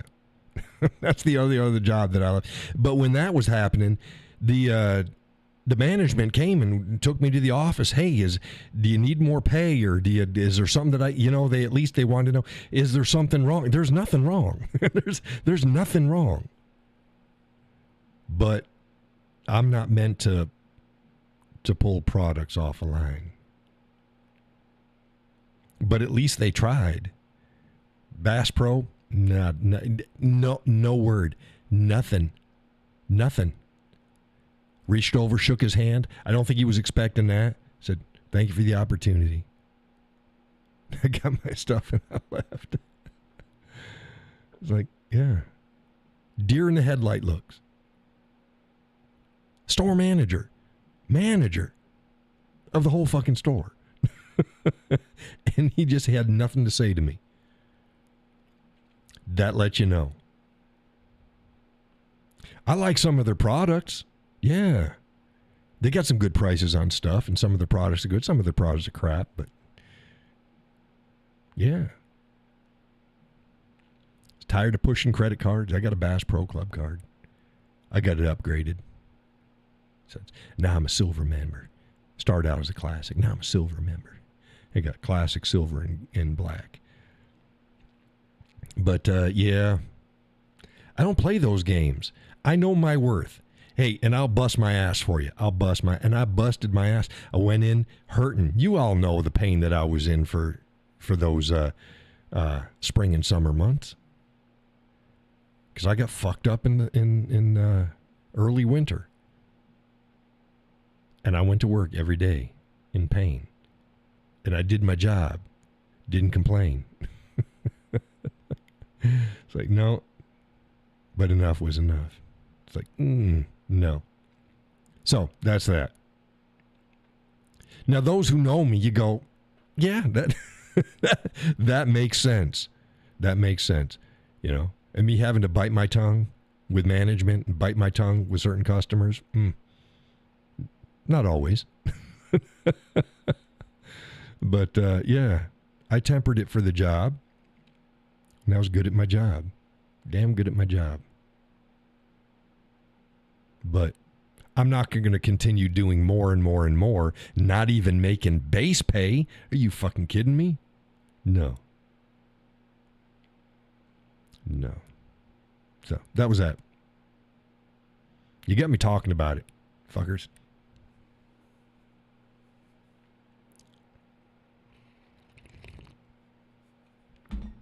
Oh, goodness gracious. They always beat the fastest horse. Yeah. I say you sit back and you go, these other guys don't give a shit. They've openly said they don't give a shit. They don't want any more responsibility. They don't want to do anything. They want to do the bare minimum to move the guns and to talk with customers. That's it. It's like a fucking social club. That's not what I was there for. I was there to sell guns. And peripherals that go with it. That's what I was there for, and that's what I did. You know, so...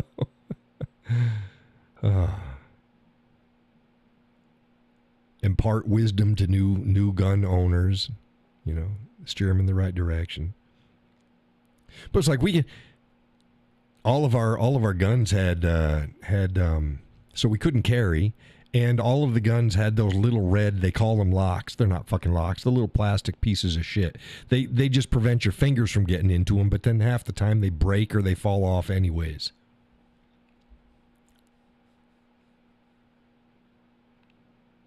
So people couldn't even test the triggers. So it's like, okay. Like, I told my boss, I said, hey, you know, I hadn't been working 2 days, and I said, you know, this is gonna turn some customers off because the trigger's important. He's like, yeah, I know. Like, okay.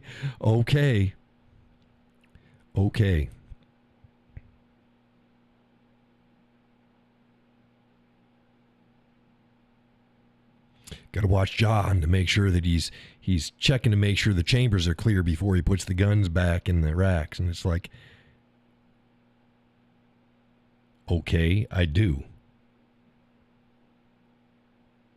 And they're like, no, watch him. And another guy goes, I'm not going to fucking watch him. I've seen him do it. He clears the guns. He looks in the chambers before he puts it back. Well, what I did is I'll take the firearm and I'll turn, and as I'm turning back away from the customer because the rack's behind me, I then look down and I manipulate the firearm, check the chamber, and then put it away.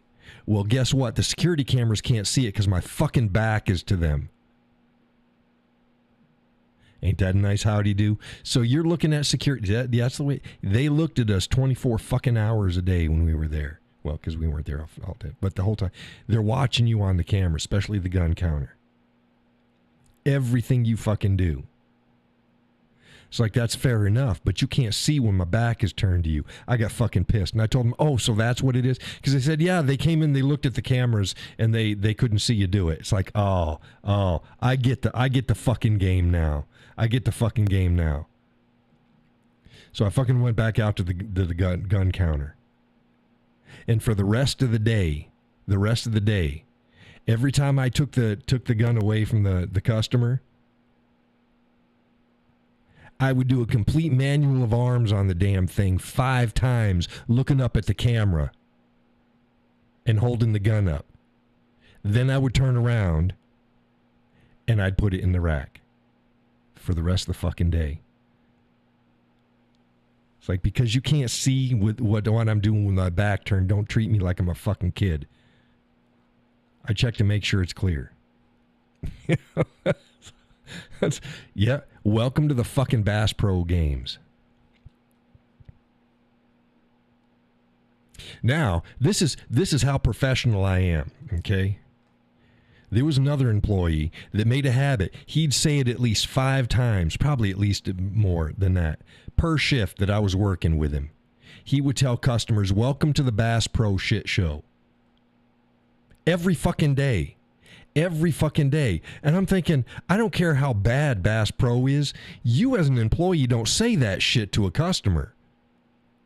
That's just fucking wrong. And I told him, I said, you don't fucking say that shit.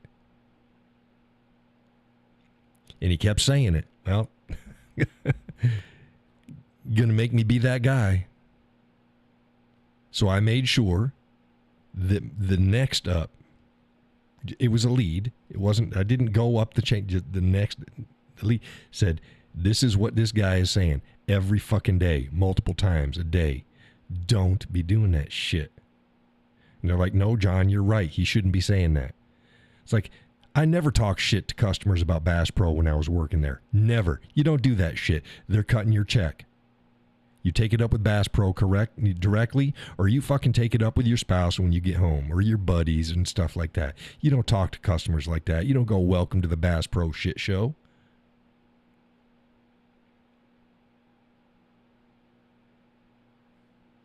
So yeah, they lost themselves a good employee because of their fucking games. I will bust my ass for you if you treat me right. And they weren't treating me right.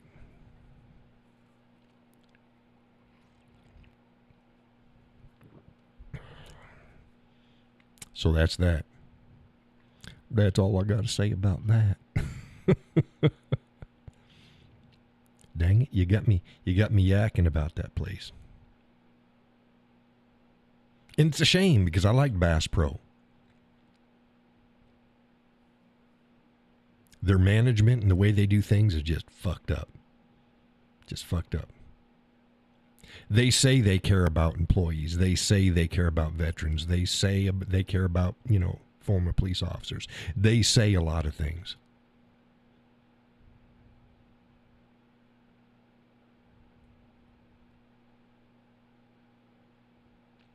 Stop listening to what people say. Pay attention to what they do.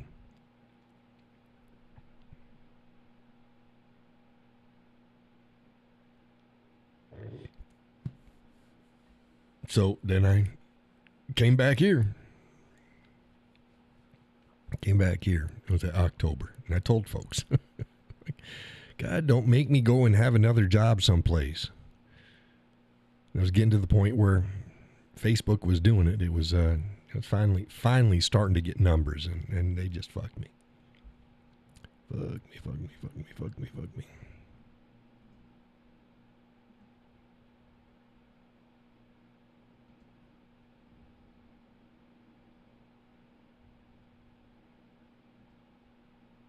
Yep.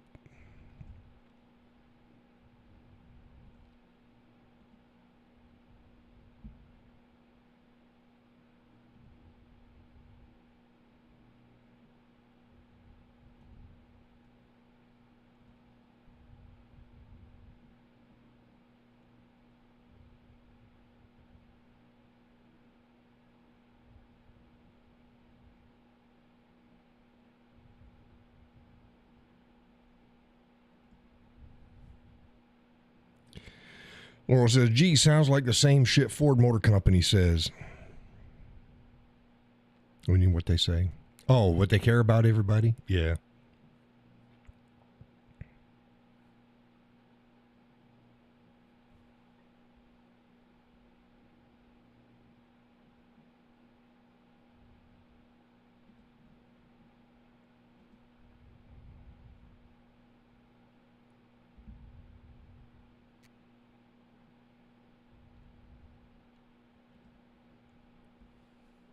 So now you know the full story behind the what I did.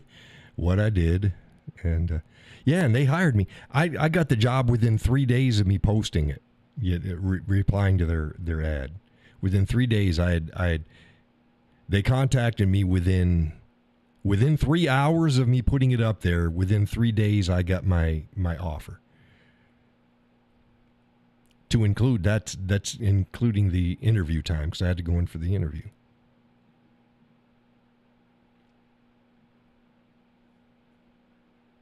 So they knew what they were getting. And then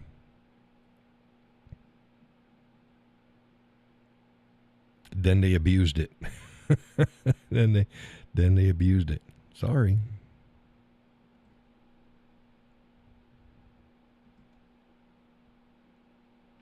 That may work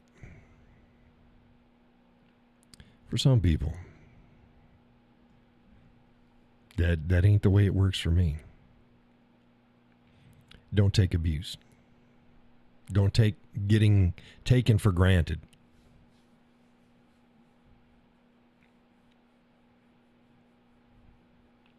I told him, I said, this ain't what I do. I said, I'm selling guns, but this isn't who I am. I am not the guy that sells guns. This is just a way to get resources. Resource acquisition, I told him. Resource acquisition. I am more than the guy behind the gun counter. I'll work my ass off, and this is what I'll do. But this is how I make money. This is how I pay my bills. It's not who I am. They didn't get it.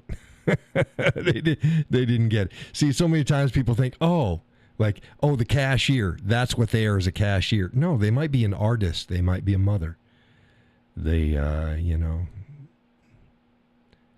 they might be somebody that has a fucking engineering degree. Who knows? Who the fucking knows? You just know what they're doing at that time. A job can tell you certain things about a person, but don't think that that's all that person is. And when you start treating it, it's like you start treating a janitor like shit because they sweep floors. Nah, that's how they make their money. That's damn well shouldn't be who they are. If you start acting like that's what you are, that's another thing too, is people act there. Oh, I'm a doctor, therefore it's like that's resource acquisition. You're not a god.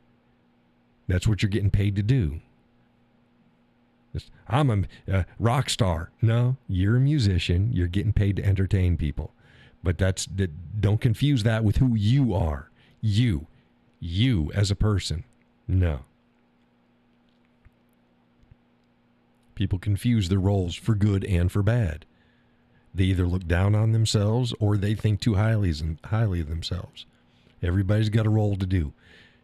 If they didn't, that wouldn't be an available job. If it wasn't important, it wouldn't be being done. You wouldn't be paying somebody to do it. So don't treat people like shit. If you're a janitor, do your job. Do it well. The cleaning gals, some of them did okay, some of them not so much.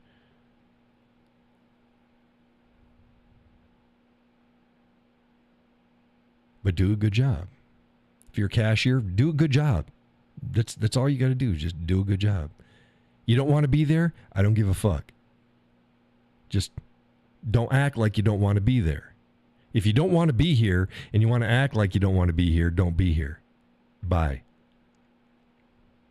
That's the type of employee I was. I never treated people like shit because I was having a bad day at work. I was glad to have the job until I found out exactly what the fuck Bass Pro thought of it. No.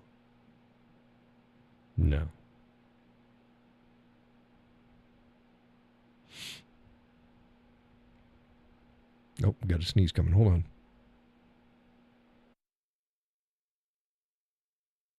on. Excuse me. That one gave me a warning. But yeah, that's the Cowboys' philosophy. From the lowest to the highest, thank you. Treat everybody with the respect and dignity that's owed to them until they show otherwise. They'll let you know. If they don't deserve respect and dignity, they'll let you know. Until that's the case, then treat everybody with respect and dignity.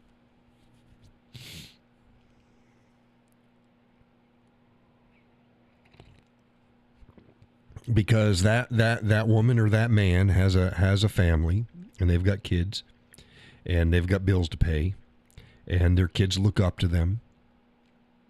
You know, like you want everybody to look up to you. That's what their kids look up to them as.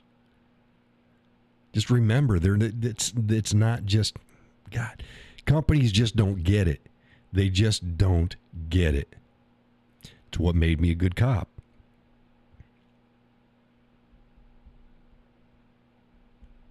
It's what made me a good cop. Because I understand people and I understand respect. I won't get stepped on, and I won't step on people until they deserve it. I don't get my jollies pushing people around. I'd rather fucking not. Jesus Christ. Like I said, I'm a friendly, I'm a jovial guy. Nice guy. But I can be a real good asshole, too. I got no problem. I'll do it. I'd rather not. I'll do it. I'll do it. And I don't half-ass anything. Laura's probably sitting back and giggling. Yeah, if you're going to do it right. If you're going to do it right. Do it with me. Was that Wham? Yeah, it's a Wham. It was Michaels, but when he was Wham, I think it was still Wham. Yeah.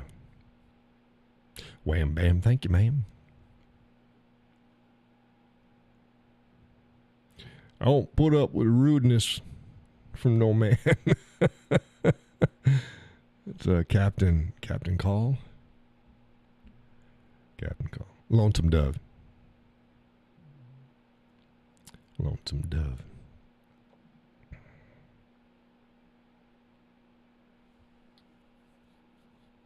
Tommy Lee Jones. Captain Call. And then Augustus McCrae. Allie says it was wham, bam, thank you, sir, in his case. Yeah. Yeah, he was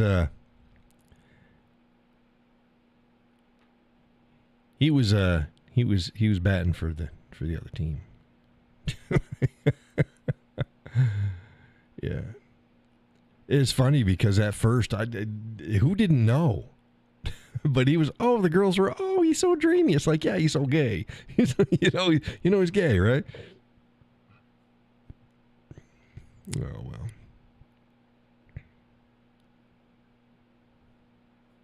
Oh, well.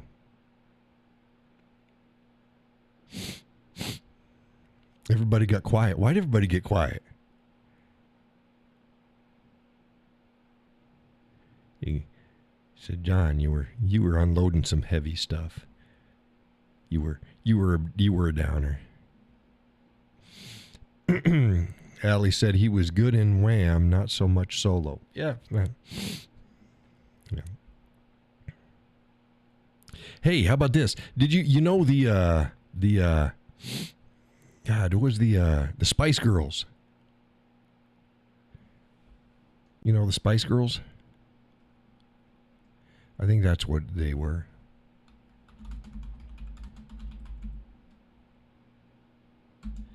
Yeah. Yeah, there's 4 of them. No, this one shows 5.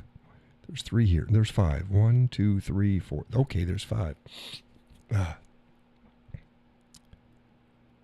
If you want to be my lover, right? Yeah, if you want to be my lover. Spice Girls. There's one girl, there's one of the Spice Girls. She doesn't have a solo singing part in that because she can't sing.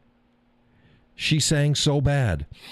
I guess she was just a body. She sang so bad that they would turn her mic off in live performances, and she'd have to lip sync with the group.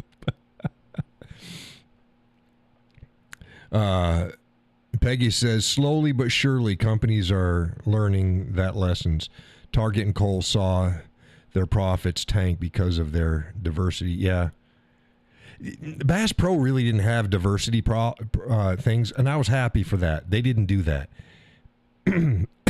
They seemed, quote unquote, conservative, but they had some screwy ideas about things. Like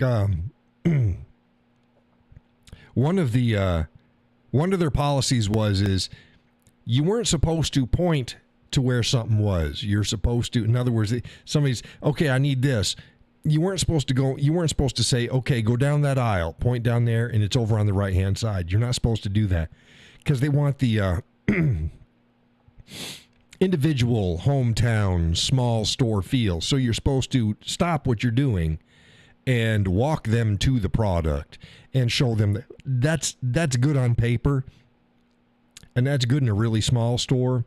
Doesn't work in a big box store, which Bass Pro is a big box store. They're trying not to. They're a big box store. And my biggest complaint was lean into what you have.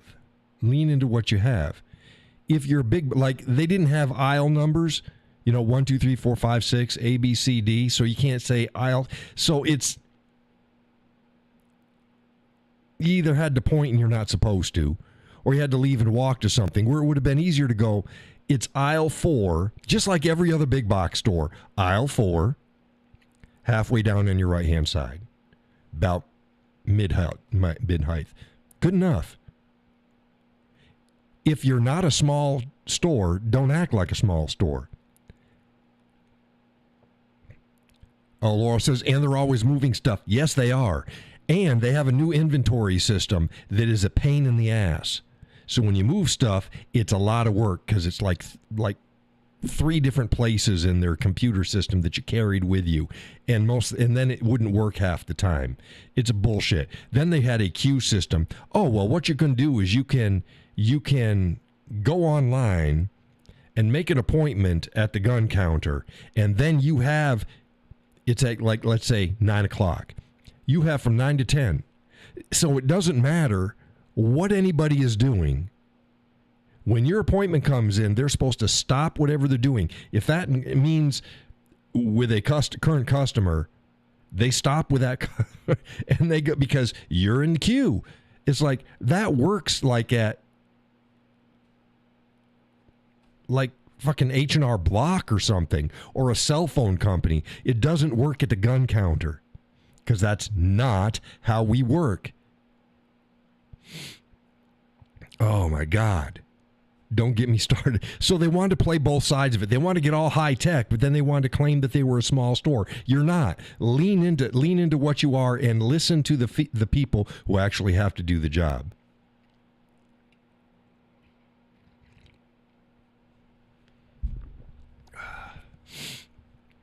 It was stupid. For a while there, we weren't even turning it on. Here's another thing. You're supposed to, if it's not in the store, but it's in store inventory, but not in the store, in other words, nationwide, you're supposed to order it on your Gizmo, the zebras. You're supposed to order it for them and take their payment. That may work if you work in the clothing section. But when you're running the gun store, the gun counter, which is like a store unto itself, we don't have the time to be doing that shit.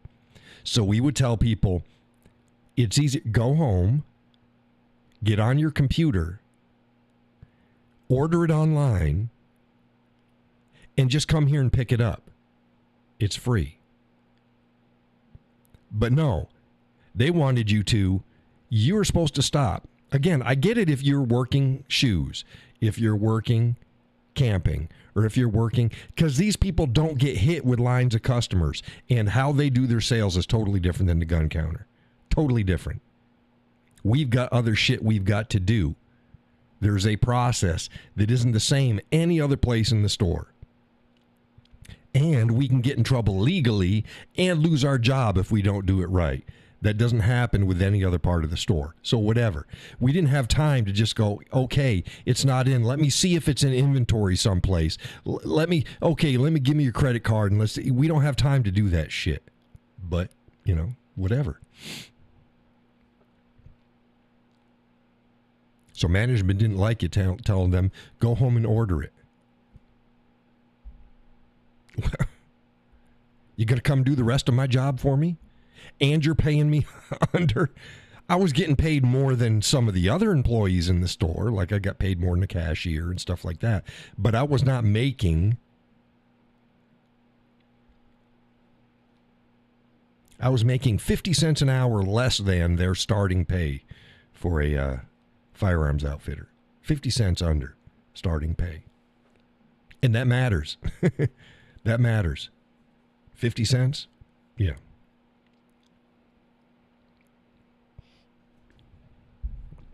Most people are thrilled if they get like a 25-cent pay raise. And I'm starting out at 50 cents in the hole. And then can't even get considered for a raise. It's like, oh, no. I was done playing that game. So yeah, Bass Pro just does, they don't listen. And they also think every store should be exactly the same.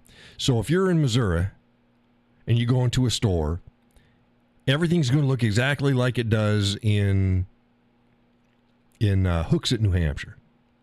Well, Hooksett, New Hampshire was a modified Lowe's. It used to be a Lowe's, and they came in, they retrofitted it. So it doesn't even have it. They're just put shit in. But what if we do things differently there? It's easier for us to do this and this and this. Oh, no, you can't do that. No, you can't put your tags up here where they can be seen. They got to be down here. Excuse me. Well, why? Well, because that's the way we have it in all stores. It's like it makes more sense. The customer can see the prices up here. They can't see the prices down here. And a lot of times, that's what they want to know, is they want to see the prices. And one of the things I would do each day is I'd go through and I would flip all the tags so that they could be seen. The other fucking employees weren't doing that shit. They didn't give a fuck. But I took the time to flip all the tags so the prices could be seen on the guns. That's the type of employee I was.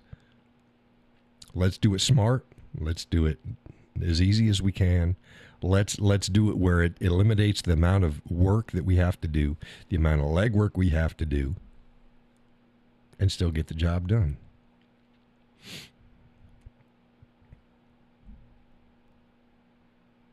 But no, because the rest of the stores do it like this. Oh, Jesus. Oh, criminy.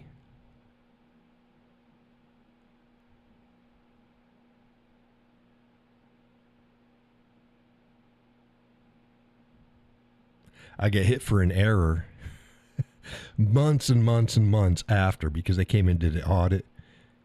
It was an error that I made when it was a date error. It was the person's birthday. It was a date error. I mean, it was caught up and it was fixed, but it was still an error. So I got a ding for it.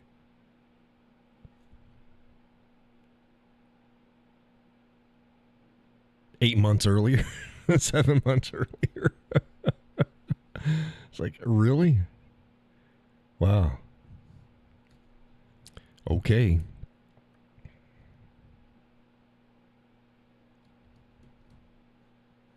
Insane.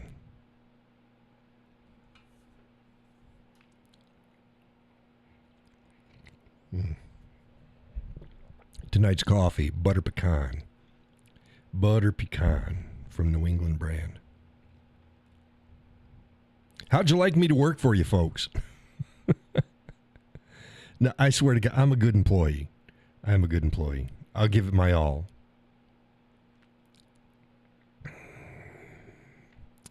Until till the lube wears off, and then it gets a little raw, and it's no.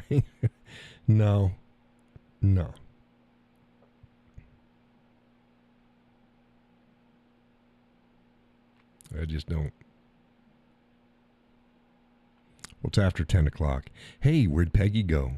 Peggy, you still with us? You're about 20 minutes past. It's getting late. I got to call it a night.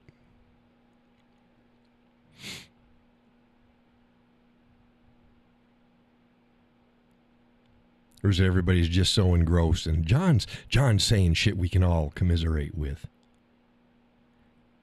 I can understand that. And having to take the guns down, put them in the vault every night, take them out, put them back in the... Boy, guns get dinged up. And then you got to give them discounts. And you got to give them discounts.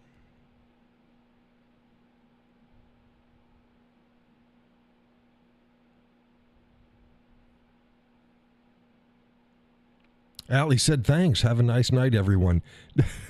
Where'd that come from? Am I missing shit? Did I say something? You're welcome, Allie. You get some rest. Say hey to Jim. Hope he was winning his game. Laurel says, good night, Allie. Sleep well. I'll let you guys know what's happening with the vitamin D. I'm hoping that's the issue because this is just... It's not as bad as it was before. But, Allie says, are you ending your show? I was about to. It's after 10, but I didn't say I was ending it yet. You jumped in. Yes, I'm going to end it. Yeah, we're about quarter after. I was just marveling that Peggy usually about 10 till the final hour. She's usually, it's time for me to go. And she either fell asleep and didn't do that, or she's been just sitting there.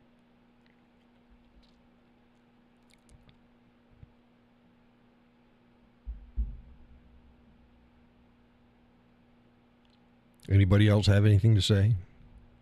Peggy says, I'm here. I was thinking about the job I quit years ago when I was up against the same BS as you. Time to call it a day. Yes, thank you for joining the show. Yeah, a lot of people just suffer through it and they don't go, it takes balls. But I did the math. And I'm like, and then I called the missus and I'm like, hey, baby, we got this? And she's like, we got it. So that was this. Allie says, I was engrossed with what you were saying. Sounds like my job. Unfortunately, it sounds like far too many people's jobs. And the problem is that people muddle through it. In management, they never learn because people muddle through it. They just muddle through it. Because a lot of people don't have the choice. It's like, let me do the math. And I told him, I said, I don't need this job. Oh, it's handy. I was about to buy a Jeep. If I was going to stay there, if I had gotten the promotion, or if they hadn't treated me like shit, I was about to buy a Jeep. So we'd have a toy to play with. And it was a relatively new Jeep. It wasn't like an old Jeep. It was a new Jeep. But the missus says, well, everything's working for a reason. Yeah. But both our vehicles are paid off and we're up.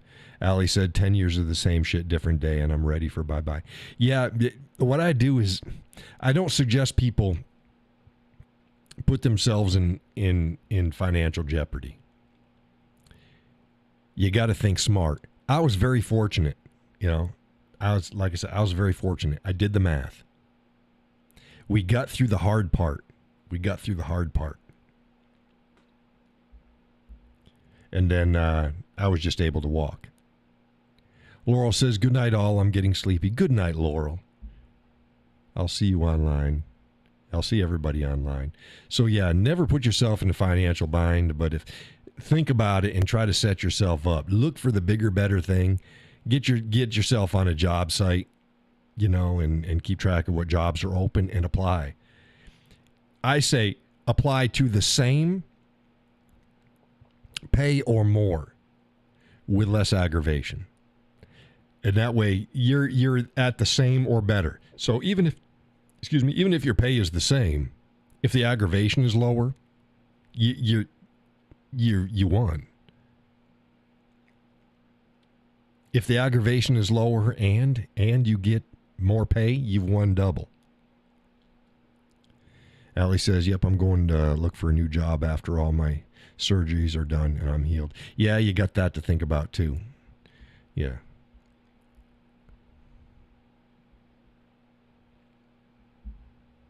And I'd start looking now. Just keep an eye on things, because then you'll see the same jobs coming up. And if the same jobs come up, like let's say you can't do it for a year, but the same job keeps coming up, you can't hire anybody. And that's a bonus for you. And you wouldn't know that if you hadn't been watching the jobs. I still get job notices. I still get them. I watch what's out there. It's like, oh, you guys still ain't hiring.